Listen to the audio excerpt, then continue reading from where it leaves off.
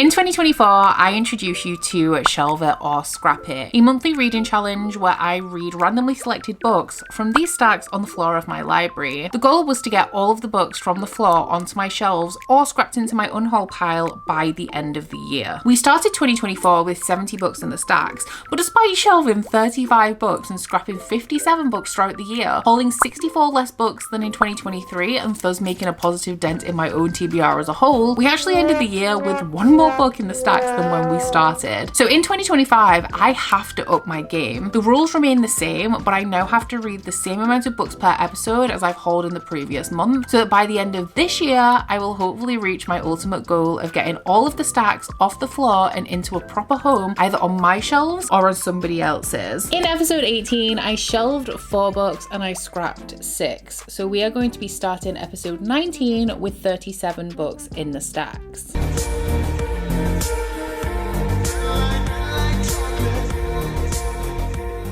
Hello my guys, welcome to what I think is episode 19 of Shelve It or Scrap It, the vlog series on my channel where I try and get this overspill of books stacked on the floor of my library onto my shelves through any means possible. So if this is the first episode of Shelve It or Scrap It you are catching, welcome. I hope you enjoy it. But if you would like to catch up, then I will put the full Shelve It or Scrap It playlist down in my description box for you guys. As you can probably tell by what I'm wearing, it's October, it's spooky season.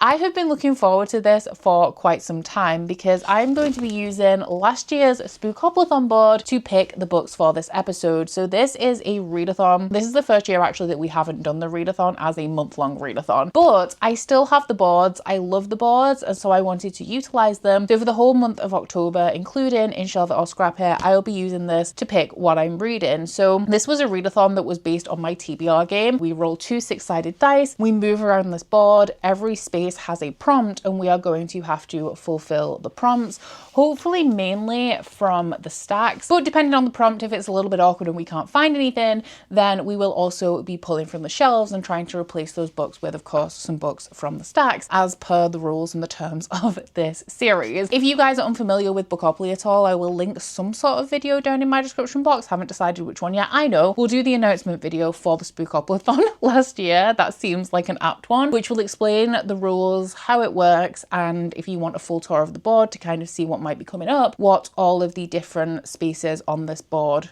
mean and what all of the prompts are. But if you guys don't want to do your homework, it's absolutely fine. All you need to know is that I'm going to be using these prompts to pick the books that we read for this video. Now, speaking of the rules and the regulations of this video, as per the rules of 2025, we are balancing the amount of books that I've hauled earlier in the year with the amount of books that I'm reading for Shelve It or Scrap It. Now, at the end of episode 18, I said that I may split the next 2 episodes into 3 because we should be reading the same amount of books that I hauled in July today. That is 10 books. I did tell you guys, I warned you, I had a heavy haul summer, and I'm actually doing better already. September, I hauled a lot less books, but July was 10, August was 11, and that would be 2 really, really big episodes. And as you guys may know, I am not living, laughing, loving right now. I'm trying very much not to overwhelm myself. If you guys don't know what I'm talking about, check out my most recent community post for an update on that. I don't really want to talk about it here, but essentially I just want to be gentle and kind to myself and try and enjoy the spirit of October, which I've been looking forward to for such a long time. So we're going to see how it goes. I think we're going to split the episodes into 3 though. That obviously seems a lot more manageable for me, especially right now, which means that we'll be doing 3 episodes with 7 books each. Depending on how long they take, we will see how, like, what the next themes are going to be, whether we'll do 2 Spookopoly versions or 3 completely different themes. I'm just rolling with life right now. It's the only way that I'm managing to cope. So we have 37 books in the stacks. I'm pretty sure off the top of my head that this is 1 less book than we started the last episode with. I did warn you guys that I was going to be adding the August haul into the stacks, and that was a significant amount of books, so we were going to jump up, but as I mentioned, September has been a lot more manageable and we should have less issues with that. I have though actually not added the August haul to the stacks. What I've done instead is I have shelved the majority of the books that I hauled in August, and I have pulled a bunch of spooky season books off my shelves to add to the stacks because that's what I want to read right now. It's what I'm in the mood for, or it was. I actually don't know what I'm in the mood for, genuinely, now since circumstances have changed, but we're gonna maybe find out together. But the intention was to read a bunch of thrillers, horrors, and things that would just be fitting to the season. So I also had to replace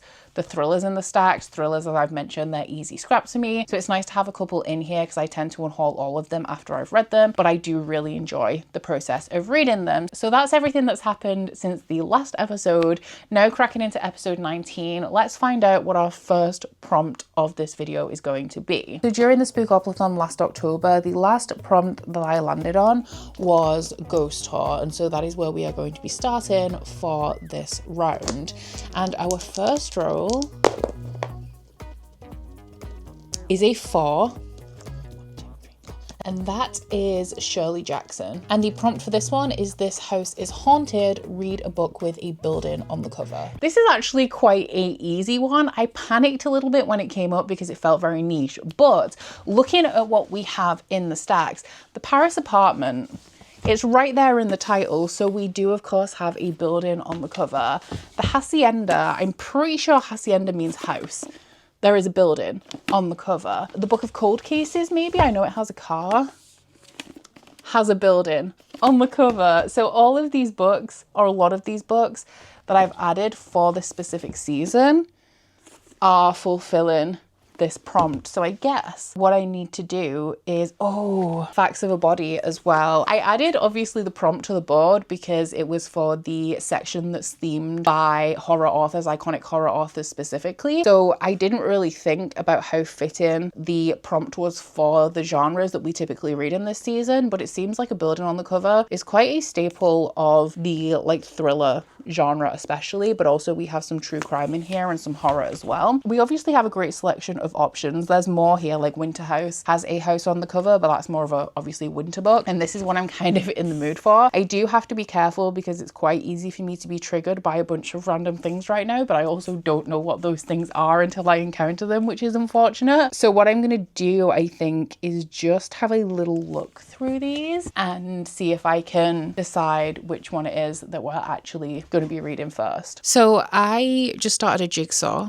and things like that are really good for my brain right now, especially in conjunction with something like an audiobook. So with that in mind, I narrowed it down to the books that I would be most comfortable listening to an audio of. Thrillers conveniently do work really well for me in that format. So I've ruled out The Dry and The Hacienda. Don't really want to go audiobook on this one. I'd rather eyeball read it, or at least do a mix or start it with my eyes. And this one I'm pretty sure is in third person from what I very roughly glimpsed. So that leaves us with these three. I am going to rule out The Facts of a Body because this one's true crime. It is in first person, but I have only just hauled this one. So I'm going to go with something that's been on my TBR for a little bit longer, which brings us to the Book of Cold Cases and the Paris apartment. So this one, I thought Simone St. James was the one that was like part true crime, part thriller, but I think it is just a thriller. I think I'm thinking of an Erica Kruger book that came from Book of the Month that has a true crime element to it, and this one of course is also a thriller. I think of the two of these, I don't really have a preference in terms of their subject matter, and the audiobooks for both of these are also available on Everand. So Paris Apartment is from March 2022, and the Book of Cold Cases is also March 2022. Okay, well, we'll go with the Book of Cold Cases. I feel like this is a very solid, easy read thriller that I wouldn't mind staying in the stacks. And I have actually, to be fair, I've heard really good things about Simone St. James as well. Are these both the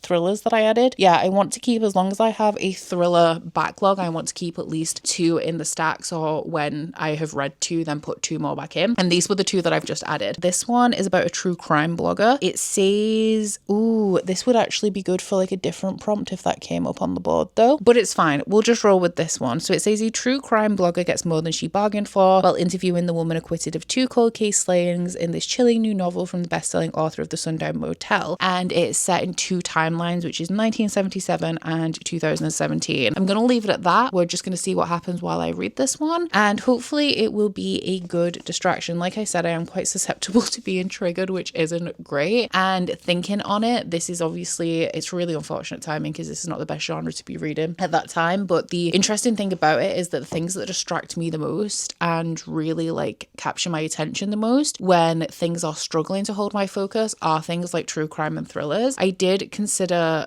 picking this up and replacing one of the books in the stacks onto the shelves, but because this is perfect for the season, but it's obviously like a much lighter, cozier read. But I don't know if this is a good or a bad thing for me right now. This I think might actually be quite comforting, so I think going to keep it in mind throughout this episode. But we'll start off with the Book of Cold Cases and we'll see how we go. And my plan is to work through this one while I'm doing probably about 150 jigsaw puzzles. Hi, I have been working on my puzzle. I've also made some banana bread today, and I've also been listening to the audiobook of the Book of Cold Cases. So I've just dropped my bookmark in, but I'm not sure. Oh, I'm just at page 100, which is great. I'm on page 106, which is chapter 17. And I actually haven't checked how long this one is. Page 341. So I would say the length of an average thriller, I expect them to fall somewhere between 300 and 400, normally closer to the 300 page mark. But I'm really enjoying this one so far. I need to check out who the narrators are for this, because we do have a narrator for each of the characters that we follow in here. But I'm pretty sure that the one who narrates our dominant character, which is Shay, is one that I have heard before, potentially also in other thrillers that I've listened to. But this one does take place in two timelines. It is different than I thought that it was, though. I'm not sure whether the synopsis led me to believe this or whether it's just an assumption that I made, but I thought that we were following a woman or somebody who was investigating a woman who had murdered people both in the 70s and in present day, which the present day of this book is 2017, or I think it goes right at the end, I think it goes to 2019, so we have a little bit of a time jump or a passing of time throughout here. But what's actually happening is we are following a true crime blogger who works as a receptionist. So she has a blog at nighttime. She's obsessed with cold cases. Her blog is called The Book of Cold Cases, and in the daytime she's like a hospital or some sort of like medical receptionist, and she sees this woman in the waiting room who is somebody who was accused of killing, I think, 2 men in the 70s. She was this like gorgeous rich woman in her early 20s, so obviously the case surrounding the murder of these 2 men, with her being the suspect, was incredibly sensationalized. And on top of the fact that she is suspected for the murder of these men, her parents also died in somewhat suspicious circumstances a couple of years before these other 2 men were murdered. So when our main character sees this woman in the reception, she follows her for a bit, and the woman notices that she's being followed and asks her like, what does she want? And Shay asks if she can interview this woman who I think is called Beth. So the woman agrees. She's never agreed to an interview before. This is like a very typical, I feel, kind of synopsis for a book of this type. And then we start to follow Beth in present day, where she's at right now, in the 70s, and also Shay's perspective, because she has a little bit of a background where something happened to her when she was a child that I believe is adjacent to somebody else's murder, but also has left her with a lot of trauma surrounding different things, and also is potentially the reason why she's really invested in cold cases and true crime stories. The interesting thing about this that I didn't expect is I do feel like this is a thriller. That's what I went into it expecting. The fact that this was in the same book of the monthly selection as The Paris Apartment leads me to believe that this could be more on the horror aspect, but I was still going into this, especially given the synopsis, expecting a very like crime or like thriller kind of plot with no supernatural elements at all. Like, I was expecting this to be solidly contemporary, but there is something weird about the house where Beth lives, and I still think it's going to be a mundane explanation for what's going on, but weird things happen in this house. So at first we encounter it when we're following Beth's perspective, and she hears like footsteps in the hall, but she thinks that she's crazy. So obviously as a reader we have to accept that maybe because of what's happened to her in the past, she does maybe hallucinate or hear things that aren't there or see things that aren't there. But then she goes into the house and she witnesses taps turning on in a different room. She's in the kitchen and she turns around and all of the doors have like opened. So I'm very intrigued as to what's going on in this house. I do still, like I said, think it is a mundane explanation, but that was an element of this that I wasn't expecting. I just finished the Book of Cold Cases and I did enjoy it, especially as a listening experience. I just checked out the narrator who performed the main character of Shay in here. She's called Brittany Presley. She has a very big catalogue of audiobooks. A lot of them are things like mystery thrillers, but she has done some romance as well, including like Ashley Poston and Colleen Hoover. I can't find anything that I've listened to on her list, but she does sound very, very familiar. And I think the fact that this was a full cast audio definitely helped my enjoyment of it. But aside from that, I just generally thought that this was a very interesting listen. I don't want to say entertaining, it obviously entertained me, but we are talking about murder here. Something that did put me off a little bit though is that we do have unexplained elements in here for the sake of atmosphere. Now, we've talked about it with thrillers before, because this isn't my genre,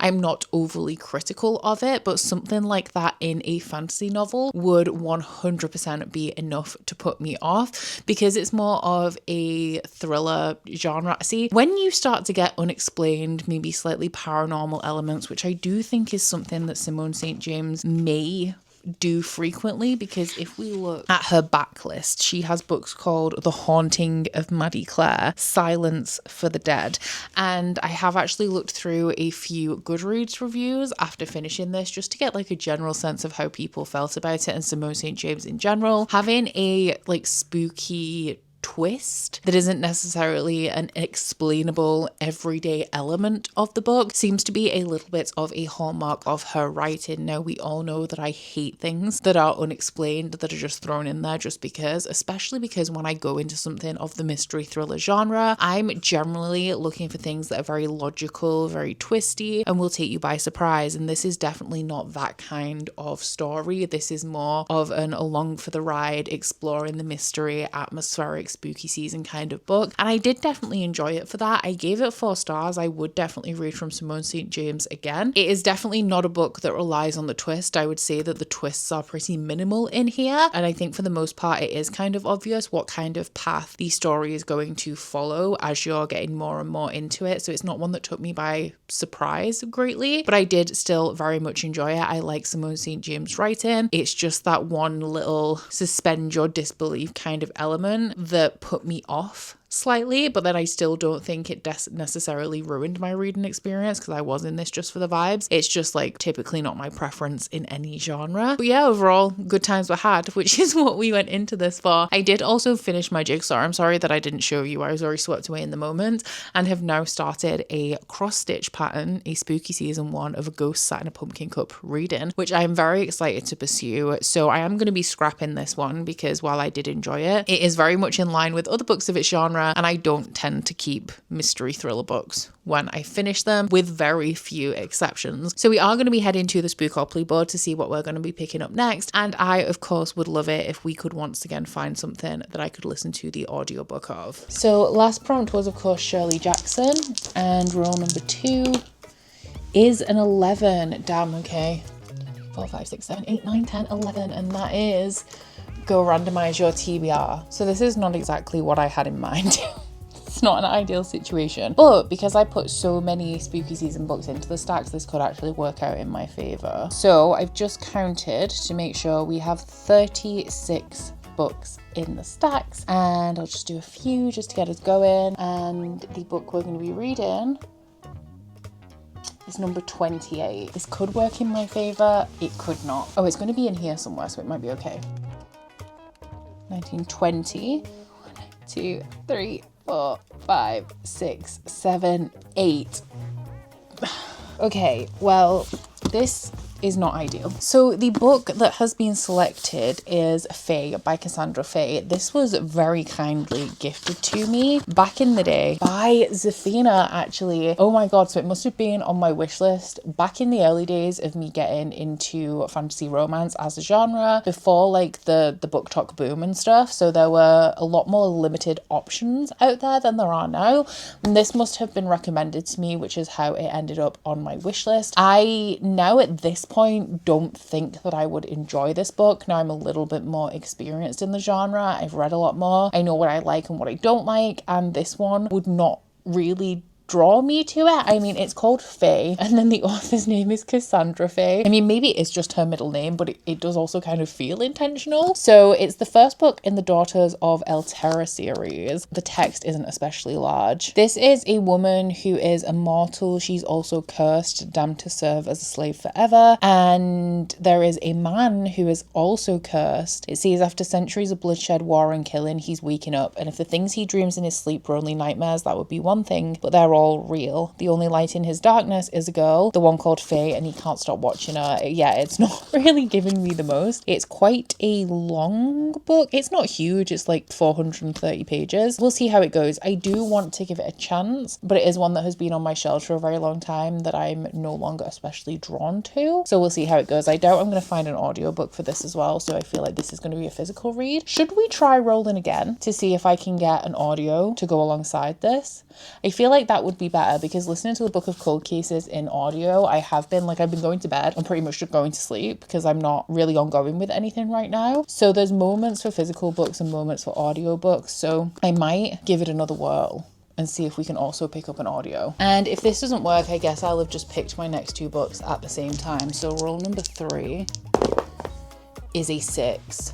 1, 2, 3, 4, 5, 6. That is past. And that is a book that I should have already read, or a book that has been on a past TBR. I've come down to the stacks, but there is one book that is actually perfect for this prompt. It is not one that I would typically pick up an audiobook of, but I did have a lot of comments when I've mentioned this, and I've mentioned it multiple times, recommending the audio specifically because the narrator is really good. And that is for The Southern Book Club's Guide to Slaying Vampires by Grady Hendrix. So I really like Grady Hendrix. I really like Horror Store, and I really like My Best Friend's Exorcism. So I picked this up. I think, was this also gifted to me? Whoops, goodbye. I try not to buy books by authors that I already have books from them on my shelves when it comes to authors that typically write standalones.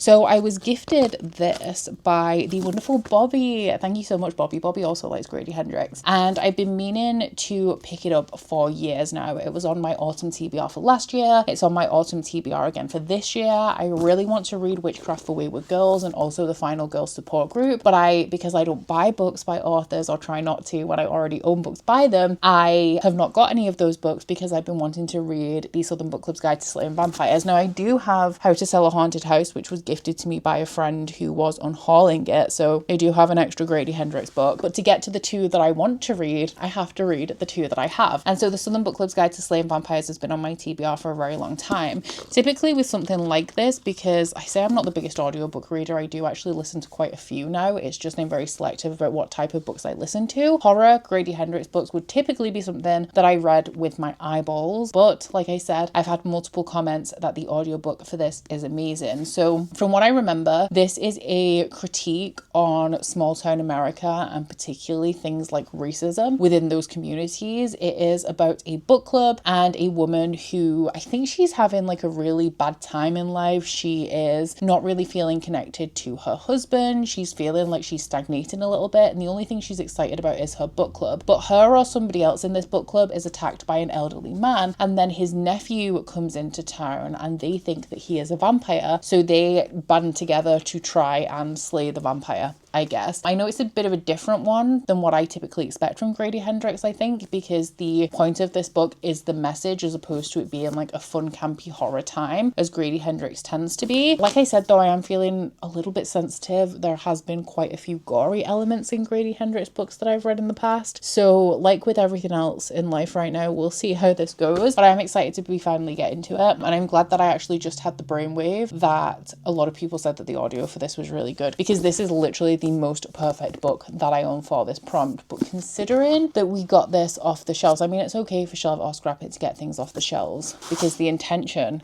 is to unhaul the book, maybe, and replace it with books from the stacks, which I don't foresee me unhauling this. You never know. I may not love it. And if so, then I will fill the gap on my shelves with something that we have down here behind me. But you know what? While the stacks are important, to be able to make a dent in the stacks, I also have to be working on my backlist TBR, and that is what we're doing right now. I'm about to put away my most recent puzzle, so I just wanted to show you guys before I did, seeing as I did not show you any of the assembly. This is one that I got for Christmas from a friend. It's one of the only new puzzles I have because I get most of them secondhand, but it's a bucket list book puzzle that has a bunch of like Easter eggs in it as well. I don't even know if you call them Easter eggs actually, but like you have the boat from Life of Pi in a little bottle on top of the book and stuff. I haven't read most of these, if I'm being honest. I think I've read like maybe 5 or 6 of them, but it was a fun puzzle, a pretty easy one once you separated all of the pieces. 10 out of 10 would recommend. You guys are due some updates. I'm in front of the TV light, which is why it's so bright, but I'm 42% of the way into the Southern Book Club's Guide to Slaying Vampires, which is chapter 17, and the start of chapter 17 is 168 pages into this. This feels like less than 40%. Like I would assume that 40% was more around the 200 page mark, but I am having a good time with this. It has had some sad animal stuff, as a dog specifically. Actually, I'm not currently being triggered though. I'm just kind of like disassociating when it's happening. The dog is currently alive as well. I did going into this, having read from Grady Hendrix before, I kind of realized that that may actually be an issue, but I don't know if you guys I don't know if you guys have ever experienced grief. This is not my first time at this particular rodeo. The thing about life is when you start grieving, you just never really fucking stop. And I noticed in my past experiences with grief is that I don't tend to be triggered by portrayals of that specific event most of the time. It can just be like random things. So that isn't actually super affecting me, although as somebody who does love dogs, it's not pleasant to read about anyway. And I hate when it's included in books, because why? You know, do we have to? But so far the dog's alive, which is great, and I'm hopeful that we are past all of the dog stuff now and that we're putting that to rest with like the last incident that we had. But anyway, something I did not know about this book is that it is historical, and I hate to say that because it's set in 1993, which is the year that I was born. But I didn't know that this was kind of a follow-up to My Best Friend's Exorcism. That one is set, I'm assuming, in the late 80s, but the author's note at the beginning of this said that it is set in the same town a few years later, so it's not a sequel, but it is set in the same town, which I'm pretty sure Grady Hendrix says is the one that he grew up in, which is interesting. But we are following this book club of housewives, and it starts off where they're actually attending this other book club where they're reading like the great novels of Western civilization or something, and they're all having a miserable time. So they spin off and they do their own book club where they're alternating between reading true crime novels and fiction. But the true crime of it all starts to get a little bit too real for them when our main character, Patricia, who is stagnating in her domestic suburban life, is attacked by an old lady rifling through her garbage, and this woman actually like bites her ear off and swallows it. It's real intense, and she goes over to give her condolences, because what is a well-to-do woman going to do but go to the house of the person who bit her ear off and viciously attacked her and tell her nephew that she is sorry for her loss. So she does go to do exactly that, and that is where she meets the nephew, who is called James. I can't remember the rest of his name, but he is called James. And as they live in this very safe, very protected, very, I'm assuming, white community, she does not think anything could possibly be wrong with this man, who is kind of like well-traveled, well-read, respectable. He comes to her house, he has dinner, she helps him out with like setting up a bank account because his ID has been stolen. And as time goes on, and as people, children, specifically black children from poorer communities, are going missing, Patricia starts to think that maybe her new neighbor, James, is responsible, but nobody else believes her because they live in this safe, private, quiet community where you don't have to lock your doors, where you don't have to have your dog on a leash. They can just come and go. And the thought of a member of their community being the person who is harming people, harming children, is absolutely heard of. So obviously as well, James is a vampire, which is where we get the title of this book. He's a bit of an odd vampire, I gotta say, but I definitely understand how this is a critique of small town America. We have a very clear divide between, I actually don't know if these families are affluent or whether they're kind of like an average white picket fence family. So they don't make the most money in the world, but they're not especially struggling for the most part. The interesting thing about it, and the reason why I'm getting confused, is because actually a lot of these women are talking about money and how like their husbands are going for promotions because they need more money, or they're struggling to send their children to summer camp, but it's all very like they're struggling to provide these extra things to elevate their children, as opposed to like they're struggling to afford to put food on the table. And of course most of these women as well, I think all of them actually don't work. It's their husbands that work, and they are stay-at-home mothers. And so obviously we have a very different standard of living between the women in this community, I think they call it like the old village, and the poorer people of color, who are more often than not becoming the victims of the crimes that are happening in this town. I do still think it is relatively campy as a Grady Hendrix novel, in terms of the fact that it is still pretty gory. We still have a lot of that going on, but I do think it is maybe slightly less gimmicky. It's quite obviously satirical, which I do feel adds like a little bit of a campy edge to it, but I don't think it's as like fun as I feel Grady Hendrix books tend to be, because we have the more serious topic of racism underpinning this one. He does continue to section his novels in really interesting ways though. One of the things that I really liked about My Best Friend's Exorcism is that all of the chapters are different 80s hits, like the title is a different 80s song, and in Horror Store it is formatted like an IKEA catalogue. So I think every chapter is like a different little like graphic in a IKEA kind of style, and this one is actually sectioned into the books that the book club are talking about. So every time we reach a new section, we reach a new month, and the section is named after the book that the book club are reading. So I like how thematically consistent his books are, and the way that he brings the topic of the book or the theming of the book into the actual structure of the novel as well. So yeah, so far so good. Enjoying the audio narration as well. When people said that the audio narrator did an amazing job with this, I did expect a little bit more from it, and don't get me wrong, like the narration is excellent, but aside from thinking it's like a really strong narration, I'm not blown away by it. It's not a book where I would say like you must listen to the audio of this, but the audiobook narration is definitely delivering and is maybe enhancing the experience. I haven't tried reading it with my eyeballs, so I don't know how my reaction to the book would differ if I did ingest it in a different way, but I am definitely enjoying the audio narration and will continue on with that while I'm working on my cross stitch and on my jigsaw, which I've started a new one. I've started a Disney villains one, which I'll show you at some point, to be like seasonally on point. But anyway, I've actually been sat on the couch for about 40 minutes scrolling through reels because I didn't want to get up and do a vlog update and then get on my Peloton bike, but I'm just a big hairy, well, I didn't mean to say hairy, but if the shoe fits, I'm in potato mode. The seasons are changing. I'm obviously going through it as well, and I need to prioritize some movement a little bit more again, because I know that it makes me feel good. I just don't want to do it right now. I am about to settle in and do some of my puzzle while I listen to my audiobook. I'm 53% of the way through now. I've just knocked it up to 2x speed, which I should have done a while ago. I kind of didn't realize I was still on 1.75. But I'm here to give you an update on Faye by Cassandra Faye, which I am also reading. It's slow going. I'm trying to work out where I'm up to though, because this is available on KU. So I did get it on my Kindle. I feel like when I first wanted a Kindle, I was like, there's no point. I have physical books. What do I need a Kindle for? And when I kind of started realizing that I can get Libby ebooks, that a lot of books are on KU, which I already knew because I had a KU subscription, I got real lazy.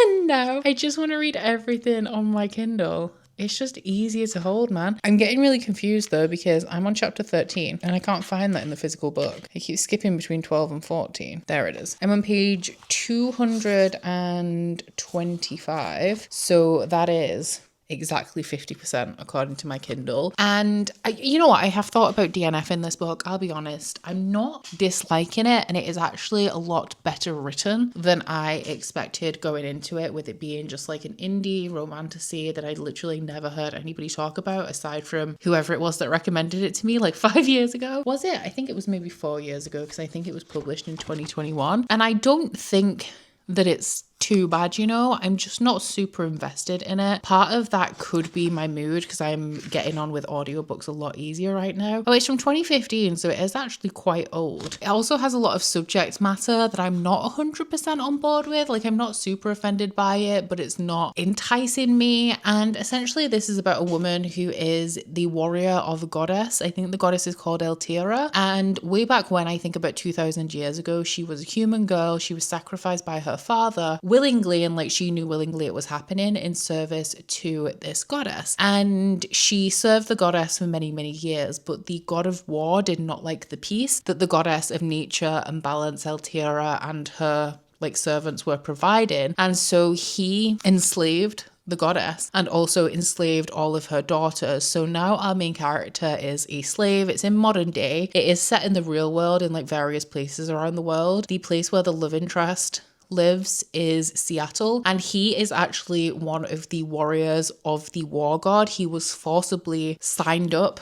I guess it's not quite, I mean, if he's forced into it against his will, I guess it is enslavement, but he is essentially a warrior for this god of war, and so he has no choice but to do the god's bidding. Otherwise there is a poison that will like slowly spread towards his heart every time he betrays his god. So since the female warriors of Eltira have been enslaved, they have mostly, I think, all been assigned one of the warriors. I think the god of war is called Gormain or something like that, but his warriors are assigned with keeping an eye on the warriors of Eltira to make sure that they're suffering. And our main character, Kiernan, I think, is entranced by our female main character, Faye. So it's given Tyrant Soul by C.L. Wilson in that he has this little glass viewing disc to see the 4 women who are like assigned to him, and he is constantly drawn to Faye. Now she does have a different name, or she did back in the day, but she's kind of been reduced to what she is, and her species is Faye. It's like short for something else that I can't pronounce, and so she's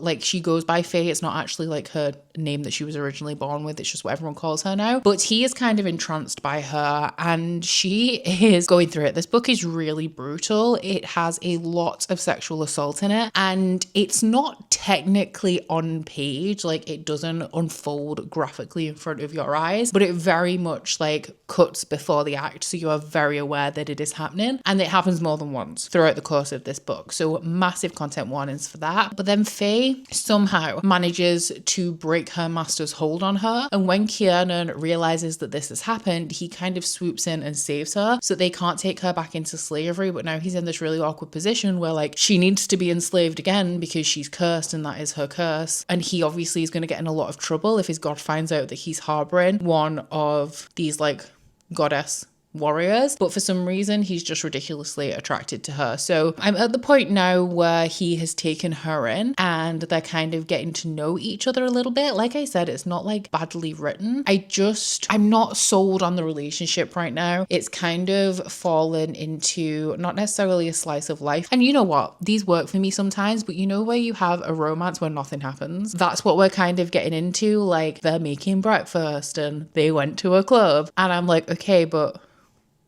what's the plot? I'm not really feeling the chemistry between them. I wouldn't say it's completely flat, but I'm also not rooting for it either. So because I'm kind of feeling nothing for this, I have considered DNFing it because like I could spend my time reading something else, but then I also don't dislike it, so I'm sticking with it. I do anticipate that this is going to be one where I kind of feel like it was decent, but I didn't love it, so it wouldn't have mattered to me if I'd have read it or not. But pleasantly surprised, definitely better than I thought it was, because even though I know that this was recommended to me, there have been a lot of fantasy romances recommended to me in the past that are just not my style, or I don't like the writing, or this is actually classed as a paranormal, I think, maybe on Goodreads, but for me, I don't feel like it leans heavily into the conventions of the paranormal genre, because I also don't really love paranormal as a genre. So yeah, we're doing okay. I'm like super lukewarm about it. Also, physical reading still kind of difficult for me, so I'm probably not paying the most attention, but enjoying it more than I expected to. I am, while I'm here, going to show you my puzzle. Excuse my vitamins, but I'm doing the Disney Villains Panorama one. I felt like it was seasonally appropriate. I have lemon tea because I feel like I'm getting not a cold, but I've got a little bit of like a scratchy throat. And you know what? I think some of my hardest puzzles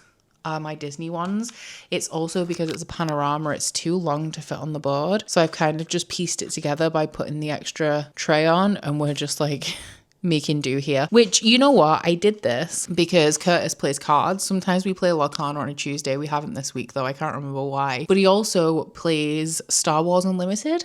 Is it called? It's like a Star Wars TCG. He plays that weekly with a friend. And normally I have my puzzles on a board so that we can move them. So I still made this on the board instead of flat on the table. So if he wanted to play cards, then he could. But because the puzzle's out, he's gone upstairs and played anyway. So I needn't have bothered, but I'm way too far into it to try and move it now. The whole thing will fall apart. Because I've got my evening free. I mean, it's already like nearly 9 p.m, I think. 8:40. I am going to alternate between listening to a bit of my audio, reading a bit of my ebook, and we'll just see how I get on. I am around 80% of the way into this now. I'm to chapter 35, which is page 336. So I only have a little bit to go, and I'm planning on finishing it this morning / afternoon while I make some graphics for my wrap up, because I've been using the same graphics for years for the statistics portion, and never ever have I backed them up onto my computer or one of my actual hard drives. I've had them on a USB drive, and the USB drive has just corrupted, and that video needs to go up later today, so I need to remake all of my graphics, but I'm gonna like freshen them up as well. But I'll listen to my audiobook while I'm doing that. But just a little update on where I'm at with this. It is not an entirely pleasant reading experience with it being a horror. I feel like that goes without saying. But the further we get into this, the more horrific it gets. Once again, for this book, content warnings for sexual assault. I want to say not extremely graphically depicted on page, but that it kind of is, and it's definitely a lot more graphic than it is in the other book that I'm reading right now. So do be cautious of that going into it, and it gets kind of like more and more gross the more you get into it. But this is largely about the complacency that is afforded to people with privilege until suddenly it isn't. Especially with the current state of the world, I feel like this especially rings true, because essentially if you don't stand up for the rights of other people who are less fortunate than you, eventually they will come for you, and they will come to take away your rights. And I feel like we are seeing that kind of play out across the world right now in various different ways. But as I said earlier, they have a vampire who comes to this town, and he starts off by preying on the poorer, like black children within this town. And our main character, Patricia, she does take this seriously. She does try and help, but it becomes quite apparent that the people around her, the people of her community, don't really want to be bothered by this. I mean, they're sad that it's happening, but they don't see what they can do about it. They don't want to disturb their like perfect, picture perfect, especially on the outside, seemingly perfect lives, to bother themselves with what is happening to children who don't really have anything to do with them. The problem is, though, is that as time goes on, this vampire stops preying on the children of poorer people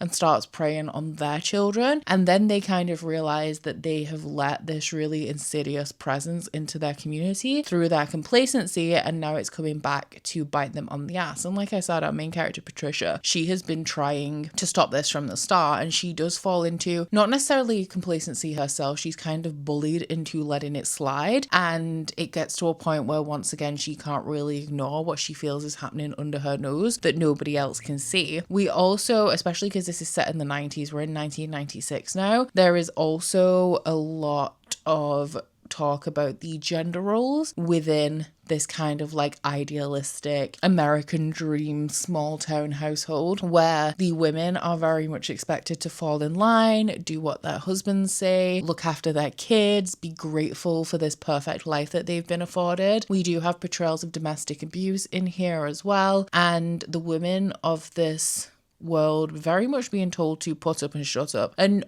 for the most part, not in a cruel way. I say that in quotation marks because we obviously have different standards for the most part in how women are treated by the men in their lives in 2025. But further back in time, it was kind of just the role that women assumed, and there wasn't much that they could do about it. And I do feel like a sense of helplessness from some of the women in this community. It's just the way that they live, the way that they've always known. There is also a heavy religious presence in this town. Some of the characters are more devout than others, but they're all kind of like like good Christian families, and so they don't think that this problem of a vampire is one, anything to do with them, but they also can't believe that this handsome bachelor that's moved into their neighborhood could be the person responsible for such heinous acts. And that's also actually underpinned by the fact that they are reading true crime books for their book club. So they're discussing Ted Bundy and how he was hiding in plain sight, and how there was a woman who was very close to him who knew there was a man called Ted driving a specific car going around killing women, and she knew a man called Ted who fit this description and was like, I can't be him though. It can't be him though. So they're reading and studying this notoriously charming serial killer and talking about how stupid this woman is for ever not realizing that Ted Bundy was hiding in plain sight right in front of her. Meanwhile, they are doing exactly the same thing. So I am both enjoying and also rolling my eyes at this kind of hypocrisy and irony that I have playing out in this book. But overall, I have really warmed up to the narration style as well. The more we get into it, the more I feel like the narrator's like really bringing the atmosphere of the story to life, which I'm definitely appreciating. So yeah, overall a good time apart from the grossness of it, and it really is gross in places. But like I said, I mean, it's a horror. I'm not reading it for it to be all sunshine and rainbows, you know? I have finished my book, and I forgot to say earlier how fitting my t-shirt is today for the Southern Book Club's Guide to Slaying Vampires, because this book club is indeed bloody, and it gets bloodier the longer the book goes on. I was very familiar with the narrator's voice throughout this, and I knew that I'd listened to her before, but I did look her up, and it's actually Bonnie Turpin who narrates this one, who is the narrator for The Hate You Give, which was actually probably one of the first audiobooks that I ever listened to, because before that I found it very hard to focus on audio. I still do sometimes, which is why I like narrators that give a little bit more of a performance to the story. And she also has done the Children of Blood and Bone series, which I read book one, really enjoyed it, mainly because of her narration. And she also does like Fairbound and Cursebound by Sarah Elarifi, as well as a bunch of other stuff. So a very talented audio narrator. I don't think I have anything to add about my enjoyment of this that I haven't really covered in our last two updates. I did give it 4 stars. I think it's a very strong 4-star read. I do think it retained the hallmark campiness of Grady Hendrix horror, while also very clearly dealing with some prominent political and social issues that were not only super relevant in the 90s, but sadly are still super relevant today, with the divide between black and white communities in some areas, and also the divide between the rich and the poor, and the way that people of privilege in any regard, even if you have just a small amount of privilege, and the tendency for those people to turn away from the injustices that they see other people suffering because it has nothing to do with them, in quotation marks. I'm not sure if it's my favorite Grady Hendrix. I think that the pacing in here could be a little bit slow. When I was halfway through, I thought that we should be like kind of more advanced throughout the plot, or like we should be further into the book given everything that we covered. I thought that it could be a little bit repetitive in parts, with this recurring theme of Patricia telling everybody that she thought there was something suspicious about their neighbor. Everybody tells her that she's ridiculous, then they believe her a little bit, and then it goes horribly wrong, and they tell her that she has to just like mind her own business, and this kept coming up over and over again until it actually finally stuck and people started to genuinely take her seriously. Although there are parts throughout this book where people do take her seriously, but they still can't really be bothered to step outside of their comfort zone to challenge the wrongness of this vampire. In terms of the take on vampires that we have in here, it's not a vampire in a classic sense, but I did also like the parallels that were drawn between vampires and manipulative men in this one. Something I do find really interesting, I don't know how I feel about it, but Grady Hendrix writes a lot of female characters, and given that a lot of the topics of this book centered things like sexual assault, also the solidarity between women in some way, but also like women's place in the household in comparison to their husbands, I think it's an interesting topic to be tackled by a man. I don't really know how that makes me feel, because I don't feel like Grady Hendrix did like a bad job necessarily, but I do feel like topics like that are more validating to me when presented from a women's perspective, and especially when we're talking about like such graphic sexual assault. It is one that I often feel like women handle with a lot more sensitivity creativity than men can, especially when to some degree it is used as not necessarily shock value, but the point of horror is to horrify you. So then we put horrific acts in books like sexual assault to horrify. Don't really know how it makes me feel. And like I said, I don't feel like it's necessarily done badly. I don't feel like there are necessarily topics that men absolutely should not write about. I just know that Grady Hendrix writes from a female perspective, I think, in every book that I've read from him, which is interesting. I don't know how I feel about it. Let me know your thoughts in the comments. I do still really enjoy his books though, so I am going to be shelving this one, and you know what? Feel free to call me out on this, because I have picked books from the shelves before and then just kind of put them right back on. A key instance of this is when we did the episode where I read from authors where I owned more than one of their books or more than one of their series, and I hadn't read anything from that author before. So I just pulled names out of jars, and if they were on the shelves instead of in the stacks and I liked them and wanted to keep them, they just went exactly back where they came from. But did reading this book serve Shelve It or Scrap It in any way?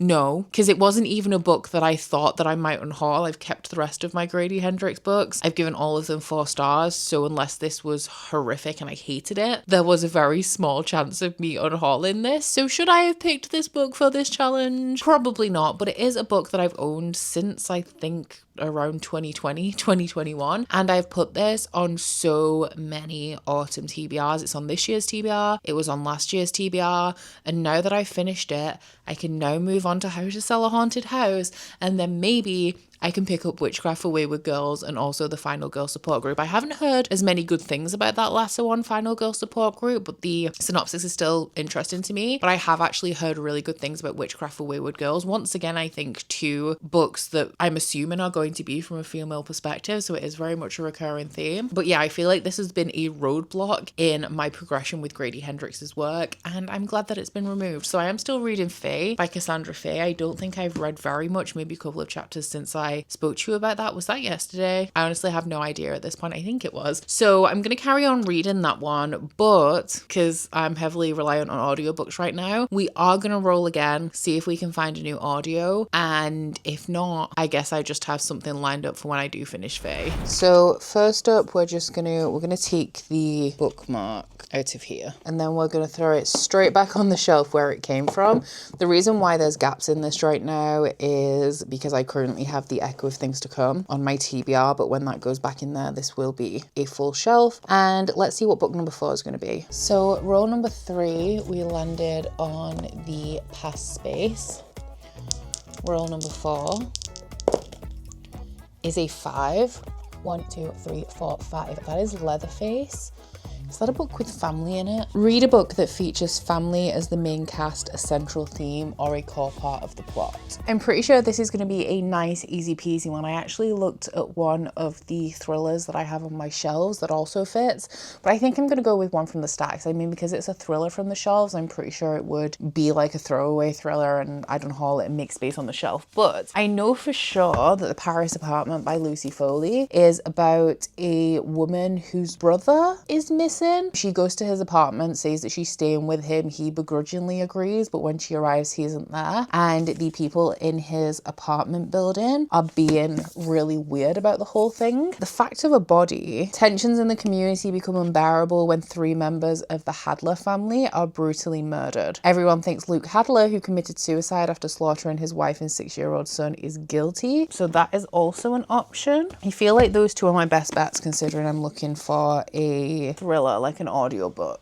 So, I don't know what to go for. What was the first book we read? The Book of Cold Cases. That was a Book of the Month thriller, which makes me kind of want to go for the dry. This one was recommended to me by Win from Literary Diversions. I can't remember why. I guess we were having a conversation about thrillers because it is a genre that I enjoy, but it's not one that I know a lot about. So it's not one where I kind of know what types of thrillers I enjoy. And Win recommended this one to me, and I can't remember why. I could ask them to refresh me on why this was recommended recommended to me. But they did say that it is one that you find really easily secondhand, and so lo and behold, I did indeed do that, and it has been on my shelves ever since. My other option, by the way, just in case you were interested, if I was pulling from the shelves, is Pretty Girls by Karen Slaughter. I think because we just did Grady Hendrix from the shelves, we'll come back to the stacks, and because I just did a book of the month thriller, this is first person though. Yeah, that's in first person, and this one, I don't think it is. I think I'm still gonna go with the dry. We'll try it out. If the audiobook's just really not great, maybe I'll swap it over. But next up we have The Dry by Jane Harper, which is about a policeman who, I think this is an Australian author, it's about a policeman who returns to his hometown for the funeral of his childhood best friend, and he's drawn into this investigation about this family that supposedly, like, the husband killed his son and his wife and then killed himself, and he doesn't believe that's true, so he's going to investigate and figure out what actually happened. I think this is the first book in a series, but I don't know that for sure. But I guess we'll find out. It came recommended. Let's see if Wynn's right. So unfortunately, I think I am about ready to DNF Fae by Cassandra Fae. This was a little bit of a difficult decision to make because I don't think that there's necessarily anything wrong with this book. Like I told you guys, I was very pleasantly surprised by it going into it. I really enjoyed the writing style. I think that we have the bones of a good story in here with these warriors of like two different gods and goddesses who are coming together kind of against all odds, and I would assume that the theme of this story, I know that it has one sequel. I don't know, I haven't really looked into the series as a whole, but I would assume that it is about freeing the main character Faye from this curse that keeps her in slavery, and also potentially going along the line of freeing the rest of the Altiera as well. And I do feel like if I'd have read this in the early days of exploring fantasy romance, which unfortunately is when I actually hold this book, then I would have really enjoyed it a lot more. And I'm not enjoying it right now, kind of, which is why it was a difficult decision to DNF. I'm not really finding any joy in it. I have no real desire to pick it up. When I do pick it up, I'm reading a couple of chapters and not really paying attention to them, which, like I said, also could speak volumes to my headspace right now. I do also feel like the story itself is not really grabbing me. I don't think, because once again, like we did this last month with The Darkness Within Us, and I ended up picking that back up and finishing it. So it could be a case of if I picked it up in a little bit of a different mood, I would enjoy it a lot more. But based on what I've read from this so far, I don't think it has enough of a hook to it for me to be a book that I ever thought, you know what, like I am in the mood for this specific book right now. I feel like there are other books that are of a similar genre that are higher up my TBR that I would maybe go to exploring again, and this would end up just languishing on my shelves for a little bit longer. I have been wrong before, like I was just last month. Yeah, I've decided to call it quits just because summoning the motivation to pick this up is more trouble than the reward that I'm getting from reading it. And I do think it's a case of like I'll have finished this and been like, you know what, this is pretty solid. It just didn't resonate with me in any particular way. So if you, I can't recommend it because I didn't finish it, but if this is something that's been on your radar or sounds interesting to you, or if you're like a hardcore romantasy girl and you just eat everything up in the genre, I do feel like this is one that you could get behind, that you could end up really enjoying. Do be wary of the content warnings for sexual assault in here, and obviously the themes of slavery. It's just not doing anything super special for me that's keeping me absorbed in it. I am still going on with The Dry. I have only just started it this morning, and I think I've listened to about an hour of the audio, which is like 30-45 minutes for me, and I am 13% of the way through it, so more on that later. But I do think that I'm going to roll again to get a physical read. I want to say that I'm not in the mood for romance, and that's why this didn't work for me, but I actually think I could get behind romance. I don't think I could do a contemporary romance right now. I feel like I could do a romantasy where the plot is really strong and is really absorbing me, whereas like I mentioned in the last update for this book, I've got to a point in the plot where like these two characters are just spending time with each other in Kienan's apartment, and we're really just exploring the romance there, and it's just not what I like. Honestly, I couldn't care less about romance right now. Romance feels really trivial to me in this moment and the way that I'm feeling, but I feel like if there was a strong fantasy plot, I could get into it a little bit more, and I know there's a couple of books in the stacks that I'm kind of eager to pick up that maybe could hit the spot. So I'm not ruling out romance completely, but realistically, see, this is hard though because I'm already reading like a crime thriller. I think it's more of a crime story. I still need to message Wynn and find out exactly why they recommended that book to me, just so I can give you guys some more information. But I want something obviously different from that to keep the two genres I'm reading. When I'm reading more than one book at once, I like them to be different kinds of books so that I can very easily keep them separate in my mind. But then if we're straying away from romance, that leaves me super limited because even most general fantasy I own has some element of romance in it. So I guess we'll see what we come up with. But first, let's head to the board for roll number 5. Roll 4 led us to Leatherface. Roll number 5 is a 7. 2, 3, 4, 5, 6, 7, which is blood, and this is a book with a blood coloured cover, so a red book essentially is what we're looking for. Books with a red cover are sparse. I know you can see one. There's glaringly obvious behind me.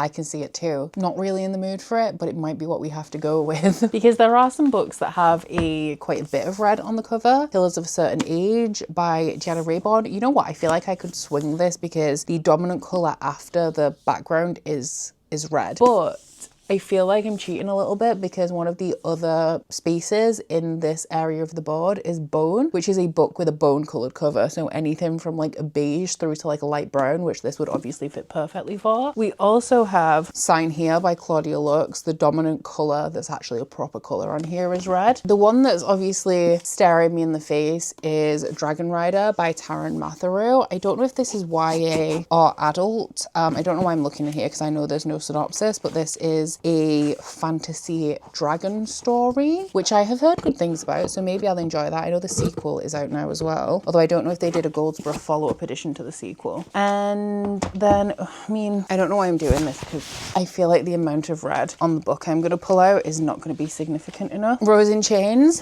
by Julie Soto. That's kind of red, you know. She's pretty red.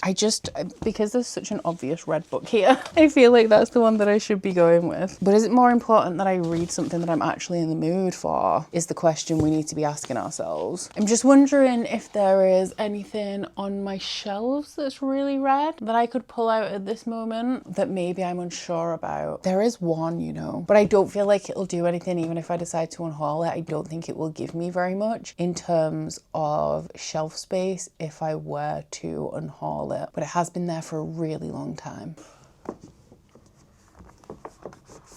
So the book in question that I am thinking about is Over by... Oh, never mind, it doesn't count. I saw how red the spine was and thought that this would be a good fit, but it actually doesn't have that much red on the cover. This is one of Meg Cabot's books that she's released since I stopped reading her. She was like literally my favourite author when I was a teenager, and so I picked this up at some point in the past, back when the works used to do 3 for a £5, which I'm not sure they do anymore, because I've like obviously grown out of Meg Cabot, which is why I stopped reading her. I haven't picked this up. I think it's like a YA vampire story. Yeah, Vampire Ex-Boyfriend, and I thought that it would be a good fit for the prompt, but never mind. Okay, but what about Seven Faceless Saints by M.K. Lobb? This one is a young adult fairy loot book, and honestly, this cart is where books go to die. I added this, I think, during the last episode of Shelve It or Scrap because I found a gap in here, but if I am brutally honest, like I neglect this cart severely. I have my arcs, like my recent ones here, that will get read and filtered into my TBR during the months, but everything else I kind of never really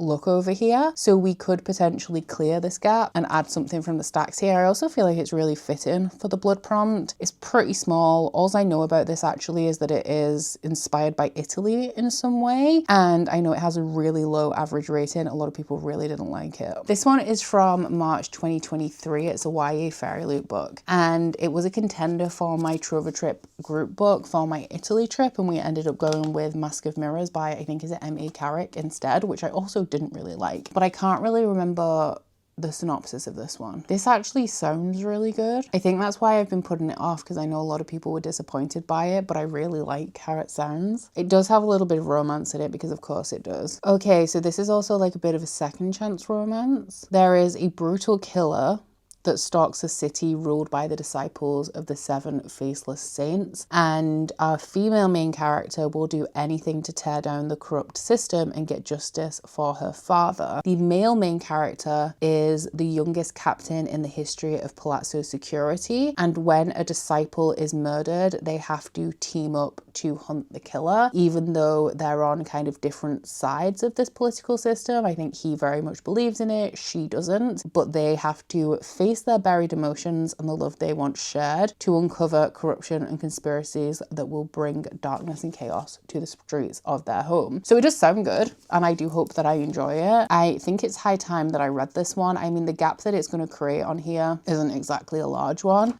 but regardless, even if I enjoyed this, I would be shelving it elsewhere, so we'd still be doing a little bit of a rearrange anyway. And it's only 361 pages, which I think that is short for me for a fantasy, and I really hate small hardbacks. I just feel like it's a format that is so unnecessary. I was going to say maybe in the romance genre, but one of my controversial opinions is, and I know that I have some hardback romances, namely my Ali Hazelwood collection. Generally speaking, I don't think that romances need to be hardbacks. Like, I'm fine with romances being paperbacks. The only genre actually that I think is, for me personally, that I would seek out hardbacks for is fantasy, and I feel like that's because the cover design tends to be a little bit prettier. You can really lean into the embellishments and make a real stunning hardback for a fantasy. Everything else, you know, I would be happy with paperback. But yeah, we'll give this one a try. It is one that will just languish on my shelves forever if I don't pick it up for a reason at some point, and I feel like now is a perfect time because we do literally have blood on this cover, but it's also like a really dark burgundy, like literally a blood red. So perfect. I am afraid that we have another DNF on our hands. I'm actually not really that far into this one. I've been reading it for the last like 3 days. Well,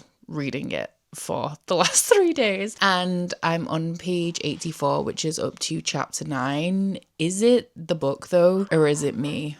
Is a game that we could play here. Who's barking, man? I've been sitting in the spare room. I rewashed all of the bedding and all the cushion covers and put it all back together because you get really nice sun in the afternoon in here, and it's a small room, so it's like warm with the radiator. I kind of want to redecorate it, but I just, because it's a spare room, I don't really have a vision for this room, so it kind of just is. But I should probably do something with it and turn it into a little bit of a cozy reading space. I've been enjoying just like vibing up here in the afternoon for an hour or so. But anyway, is it the book or is it me? Is the question that we were answering. I think it could be me, you know. I'm very aware that I am the problem right now because it's not a terrible book. I do think that the world building was very info dumpy at the beginning. It was going right over my head in the first few chapters, so I feel like we really got off to a bad start in this book where I was like, well, if it's going to carry on like this and I don't have a clue what is going on and the reason for anything happening, then what's the point? When you get past that first like 2-3 chapters, it does smooth out a bit and get a little bit easier. But I think because I had such a halted start to this one, that now that I'm kind of past that point, it's really killed my desire to continue because the introduction into this book wasn't smooth. And like I said, I do think that I am the problem. I know that this has a pretty low average rating on Goodreads, but I looked it up and it's not actually that bad. It's like a 3.68 or something like that, which is, I mean, it's not amazing, but it's not as bad as I thought that this book was. And I actually don't mind the writing style apart from the clunkiness of the world building. I just don't want to read it.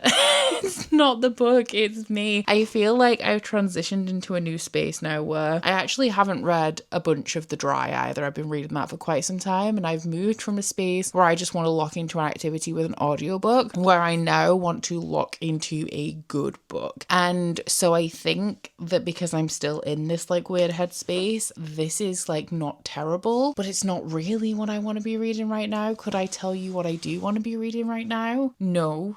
It's hard because like sometimes when I feel a little bit slumpy and I don't want to read, it's because my attention is elsewhere and I want to be doing other things, but I honestly just don't really want to do anything right now. So I'm like, I might as well be reading. And therefore I feel like I need something really captivating to hold my attention. I can't even tell you anything about this book, if I'm being honest, that's past what I read in the synopsis. We're in this world where there was a war between the saints. Reminds me of Divine Rivals, literally just in that regard. It is not comparable to Divine Rivals at all. But there's this war between the saints and one of them won, but there's a faction of rebels, I think, and like part of the world split in terms of the citizens followed one saint while some followed the other, and we're now in a resurgence of this war. It's called like the Second War of the Saints, and our main character of Roz is mad at the main character of Damien because his father killed her father because her father was a deserter. So she is a disciple. I think she's a disciple, which means that she has this like magical ability to craft things, which is very important for the economy. And then Damien Damien, I think, doesn't have this ability, and he's like a guard captain, and the soldiers of the world are drafted from the people without the magical ability because those with the ability are important for the economy. But then the people without the ability don't think that's fair because they very much are like a underclass, a working class, and feel like they are being unfairly sacrificed for the good of this country. And that's pretty much as far as I got. There are people going missing as well as people being murdered, and both of these characters, as it says in the synopsis, are exploring these deaths for their own reasons. So yeah, I am similarly with Faye. I don't think it's a bad book. I just don't want to read it. I don't want to read it. So I guess we're going to roll again. You could say, is there any point? At this point, I do feel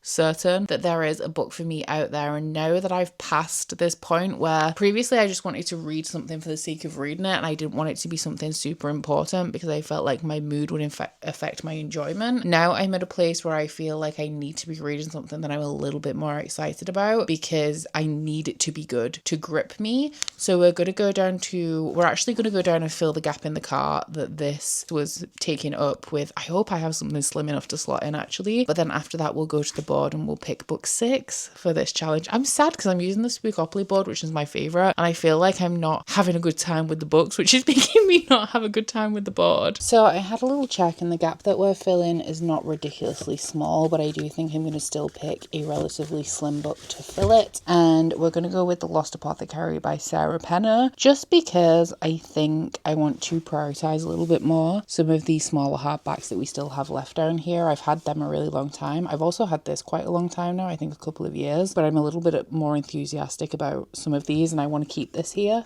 this one specifically, for the winter months, because I feel like it's a seasonal read, so every time winter passes around I'm not getting to it, whereas this one I think is some sort of historical, maybe fantasy or just historical, but it's set in the Victorian time period, so I actually don't know if I'm going to enjoy this one very much. Alphabetically, it shouldn't go here. Like I said, this cart is really just where books go to die, so I'm not that bothered. I was planning on doing roll number 6 now, but I actually think I'm just not going to. I think I'm going to focus on The Dry by Jane Harper, because when we started this and I was just picking one book at a time, I had a little bit more, not necessarily motivation, but I was definitely like committing a little bit more to the books, whereas when I've been reading 2 at the same time, I'm struggling to decide, should I read physically, should I listen to an audiobook, and I think I'm overwhelming myself a little bit, because typically sometimes I do have an audiobook on the go and a physical read, but not knowing which to prioritize because they're both equally as important in the moment is, I think, throwing me a little bit, and then I'm feeling unmotivated because I'm only like 50 pages into each of them. So I'm going to just focus on The Dry right now. Maybe I'll just switch between reading it physically and listening to the audiobook depending on what's going on in the moment. But if I do have like a sudden urge and a need to pick up a physical book, we'll come back and we'll do roll number 6. I did also just want to show you guys that I finished another jigsaw puzzle.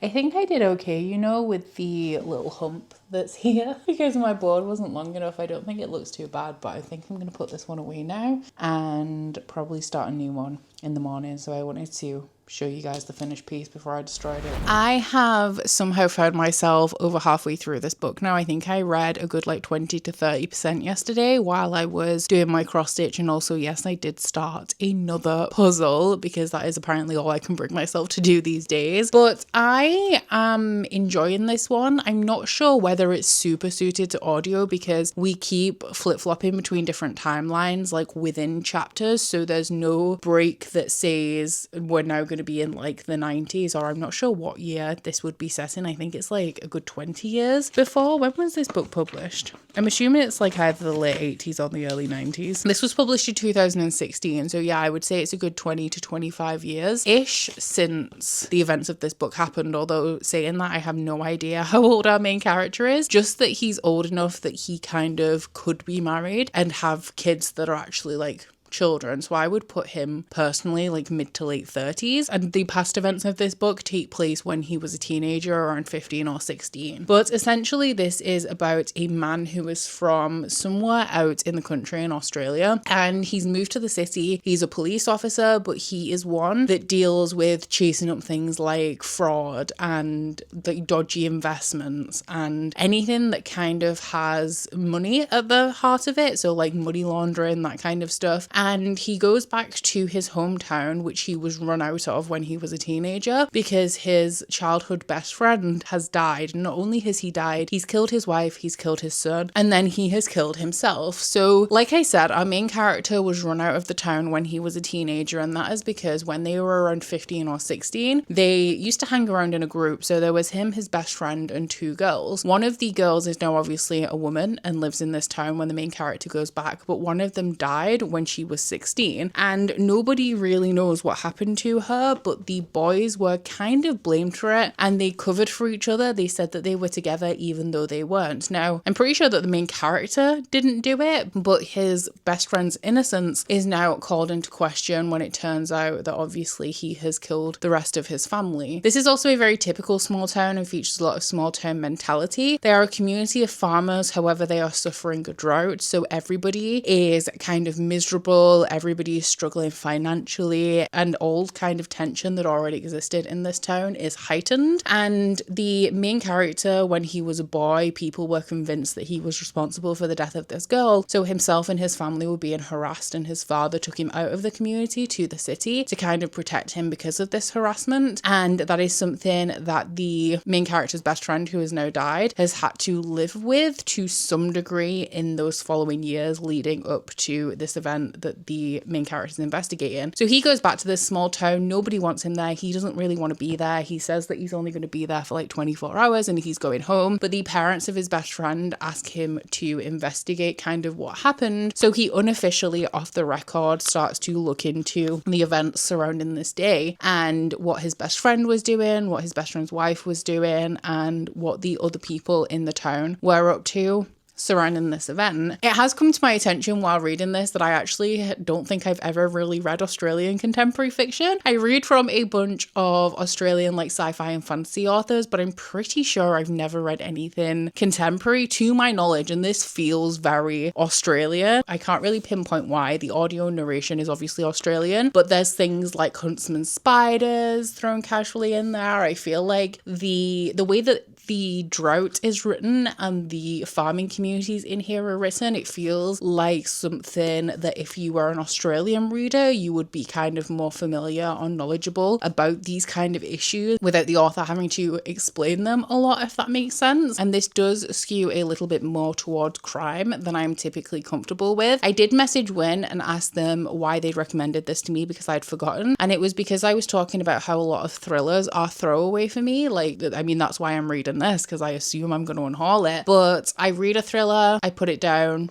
I never really think about it again. And this is one that Win says stuck with them for a long time and has, I think they said, like very layered plot twists. So I'm excited to kind of see how this unfolds going into it, knowing that Jane Harper is supposed to be good at kind of layering up those reveals. And right now, like, I am enjoying it. Audiobook, probably not the best way to go for this because, like I said, there's very little differentiation when we're switching between timelines, because we're also exploring the main character as a teenager as it's leading up to the death of this girl that nobody knows what happened to, or I'm assuming that nobody knows, and I'm also assuming we're going to find out throughout this. I don't know whether the two things are connected. I would assume so, and at this point actually I do have a theory of maybe what is going on to some degree, so we'll see if I'm right. But right now I'm enjoying it, but I don't think it's doing anything exceptional, so we'll see if that changes towards the end of this one. So I've finished The Dry by Jane Harper. I feel like I kind of moderately enjoyed this. I've rated it 3 stars. I don't recommend listening to the audiobook of this because not only do we skip between timelines, we also sometimes skip character perspectives as well. And obviously I didn't read this physically. Yeah, so you can really see here the italics are, I'm assuming, the past timeline, and then the regular text is the present timeline, but it skips between the two and also the past timeline from different characters' perspectives through this without any kind of clear distinction between them. So I managed to follow it, of course. It's just a little bit jarring because you're partway through the paragraph before you realize that we're now in a different timeline or in a different character's perspective than we have been for the majority of this. This is just personal preference. Y'all know I'm a little bit picky with audio. We've covered this. I like a first person audio perspective, because then it's kind of like a person telling you a story. This is in third person. I do think I would have struggled with this a lot if I'd read it physically though, because in terms of the structure and the pace of this, it's a detective novel and it does kind of read like one. If y'all don't know why I'm so against crime, it is because it was the only genre that my mum consumed, and I love my mum, okay? She passed away like 7 years ago now, and honestly, light of my life, absolutely adored her, but damn did I just not enjoy crime. I'm talking like Midsummer Murders on the TV 24/7, Agatha Christie, both read, and you know what, I don't mind a Miss Marple, but like it was constant, and not just like Midsummer Murders, like every kind of like crime drama, British crime drama of that vein on the TV constantly. When I say it's the only genre, she watched like old sitcoms as well, but everything she read was crime.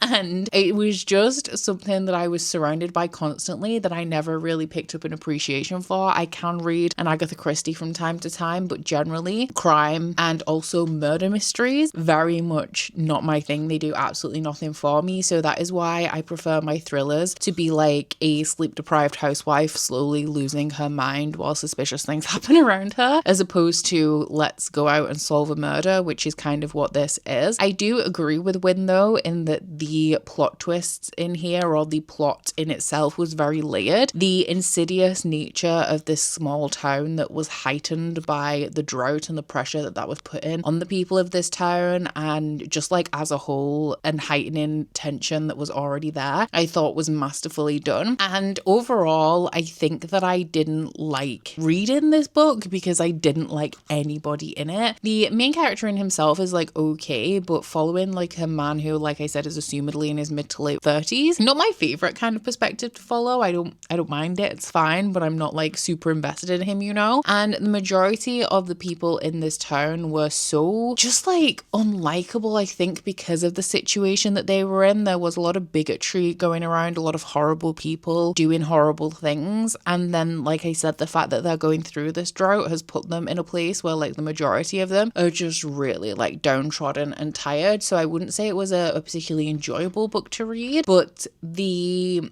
mystery kind of obviously spurs you through this. I didn't find it especially compelling in that like I wanted to know the answer to what was going on, but I wasn't like eager to keep reading to find out. I will say as well, content warnings in here, I would recommend looking up a full list because it has a bunch of stuff, but I would say definitely like abuse, assault, sexual assault. There's obviously like a child is killed here, and it does go into quite a brutal description of the killings, like as we get further towards the end. And like I said, we're switching perspective, so we get the perspective of what happened from the people like involved. When it gets into those parts, it does get especially graphic, and it is quite dark and harrowing, which was a little bit not shocking. Like I wasn't like shook to my core, but I didn't necessarily expect it because it was a lot darker than the rest of the book. Obviously, like it's quite dark. We're talking about this family that have all been killed, but the way that the level of description it went into took a darker turn in terms of the tone than the rest of the book did. So if I found more Jane Harper books in the charity shop, which is where I got this from, I would definitely consider picking them up. I know that this is the first book in a series that is following the same guy. I would probably try and pick up something else from Jane Harper because I know that there are other books that she's written that don't follow a detective, and I feel like I would get into those a little bit more and then maybe return to this series after I have explored Jane Harper a little bit more, like if I like her other books. So I am going to be scrapping this one. I probably wasn't going to be keeping it anyway, even if I liked it, because of the nature of the book. There are very, very few thrillers that I keep. I was going to say I should make a video on it because I talk about it all the time, but I think I have less than 5, so is it worth it? Probably not. Now that we've wrapped up this one, we can head back to the board. I don't know whether I want a physical or an audio read, so I guess we'll just kind of see what happens with the roll and what I'm in the mood for that fits the prompt. So I'm pretty sure that roll number 5 was blurred. Roll number 6, that is a 9. Grady Hendrix. So we've already landed on Shirley Jackson. I can't believe we've actually done a full loop of the board, but this obviously means that I can read a book by Grady Hendrix. Very tempting because I do have another one. Or I can read a book with humor. Oh, decisions, I don't know. I'll be honest guys, I made this Spookopoly board last October and I used it, well I didn't, I made it before October, but I only used it throughout October. So I have forgotten what half of the prompts on this board means. So landing on Grady Hendrix and having it be a book with humor took me completely by surprise, but I have so many very exciting options. So the first one is of course to go with a Grady Hendrix book, and I do, oh this is a tight fit, I do have one left, which is How to Sell a Haunted House. This is the one that my friend read, didn't love, unhauled, and I was like, I enjoy Grady Hendrix, so I wouldn't mind taking that off your hands. This is one of the ones that people don't like as much. I don't think it's terrible, they just don't enjoy it as much as like the Southern Book Club's Guide to Slaying Vampires. However, I'm taking this off the shelf and it is very likely to be a shelve. So while I am thrilled at the concept of clearing through all of my Grady Hendrix books and then being able to go out and buy some, even though actually I can't because like, if you haven't seen my September unboxing, maybe don't look. It's scary.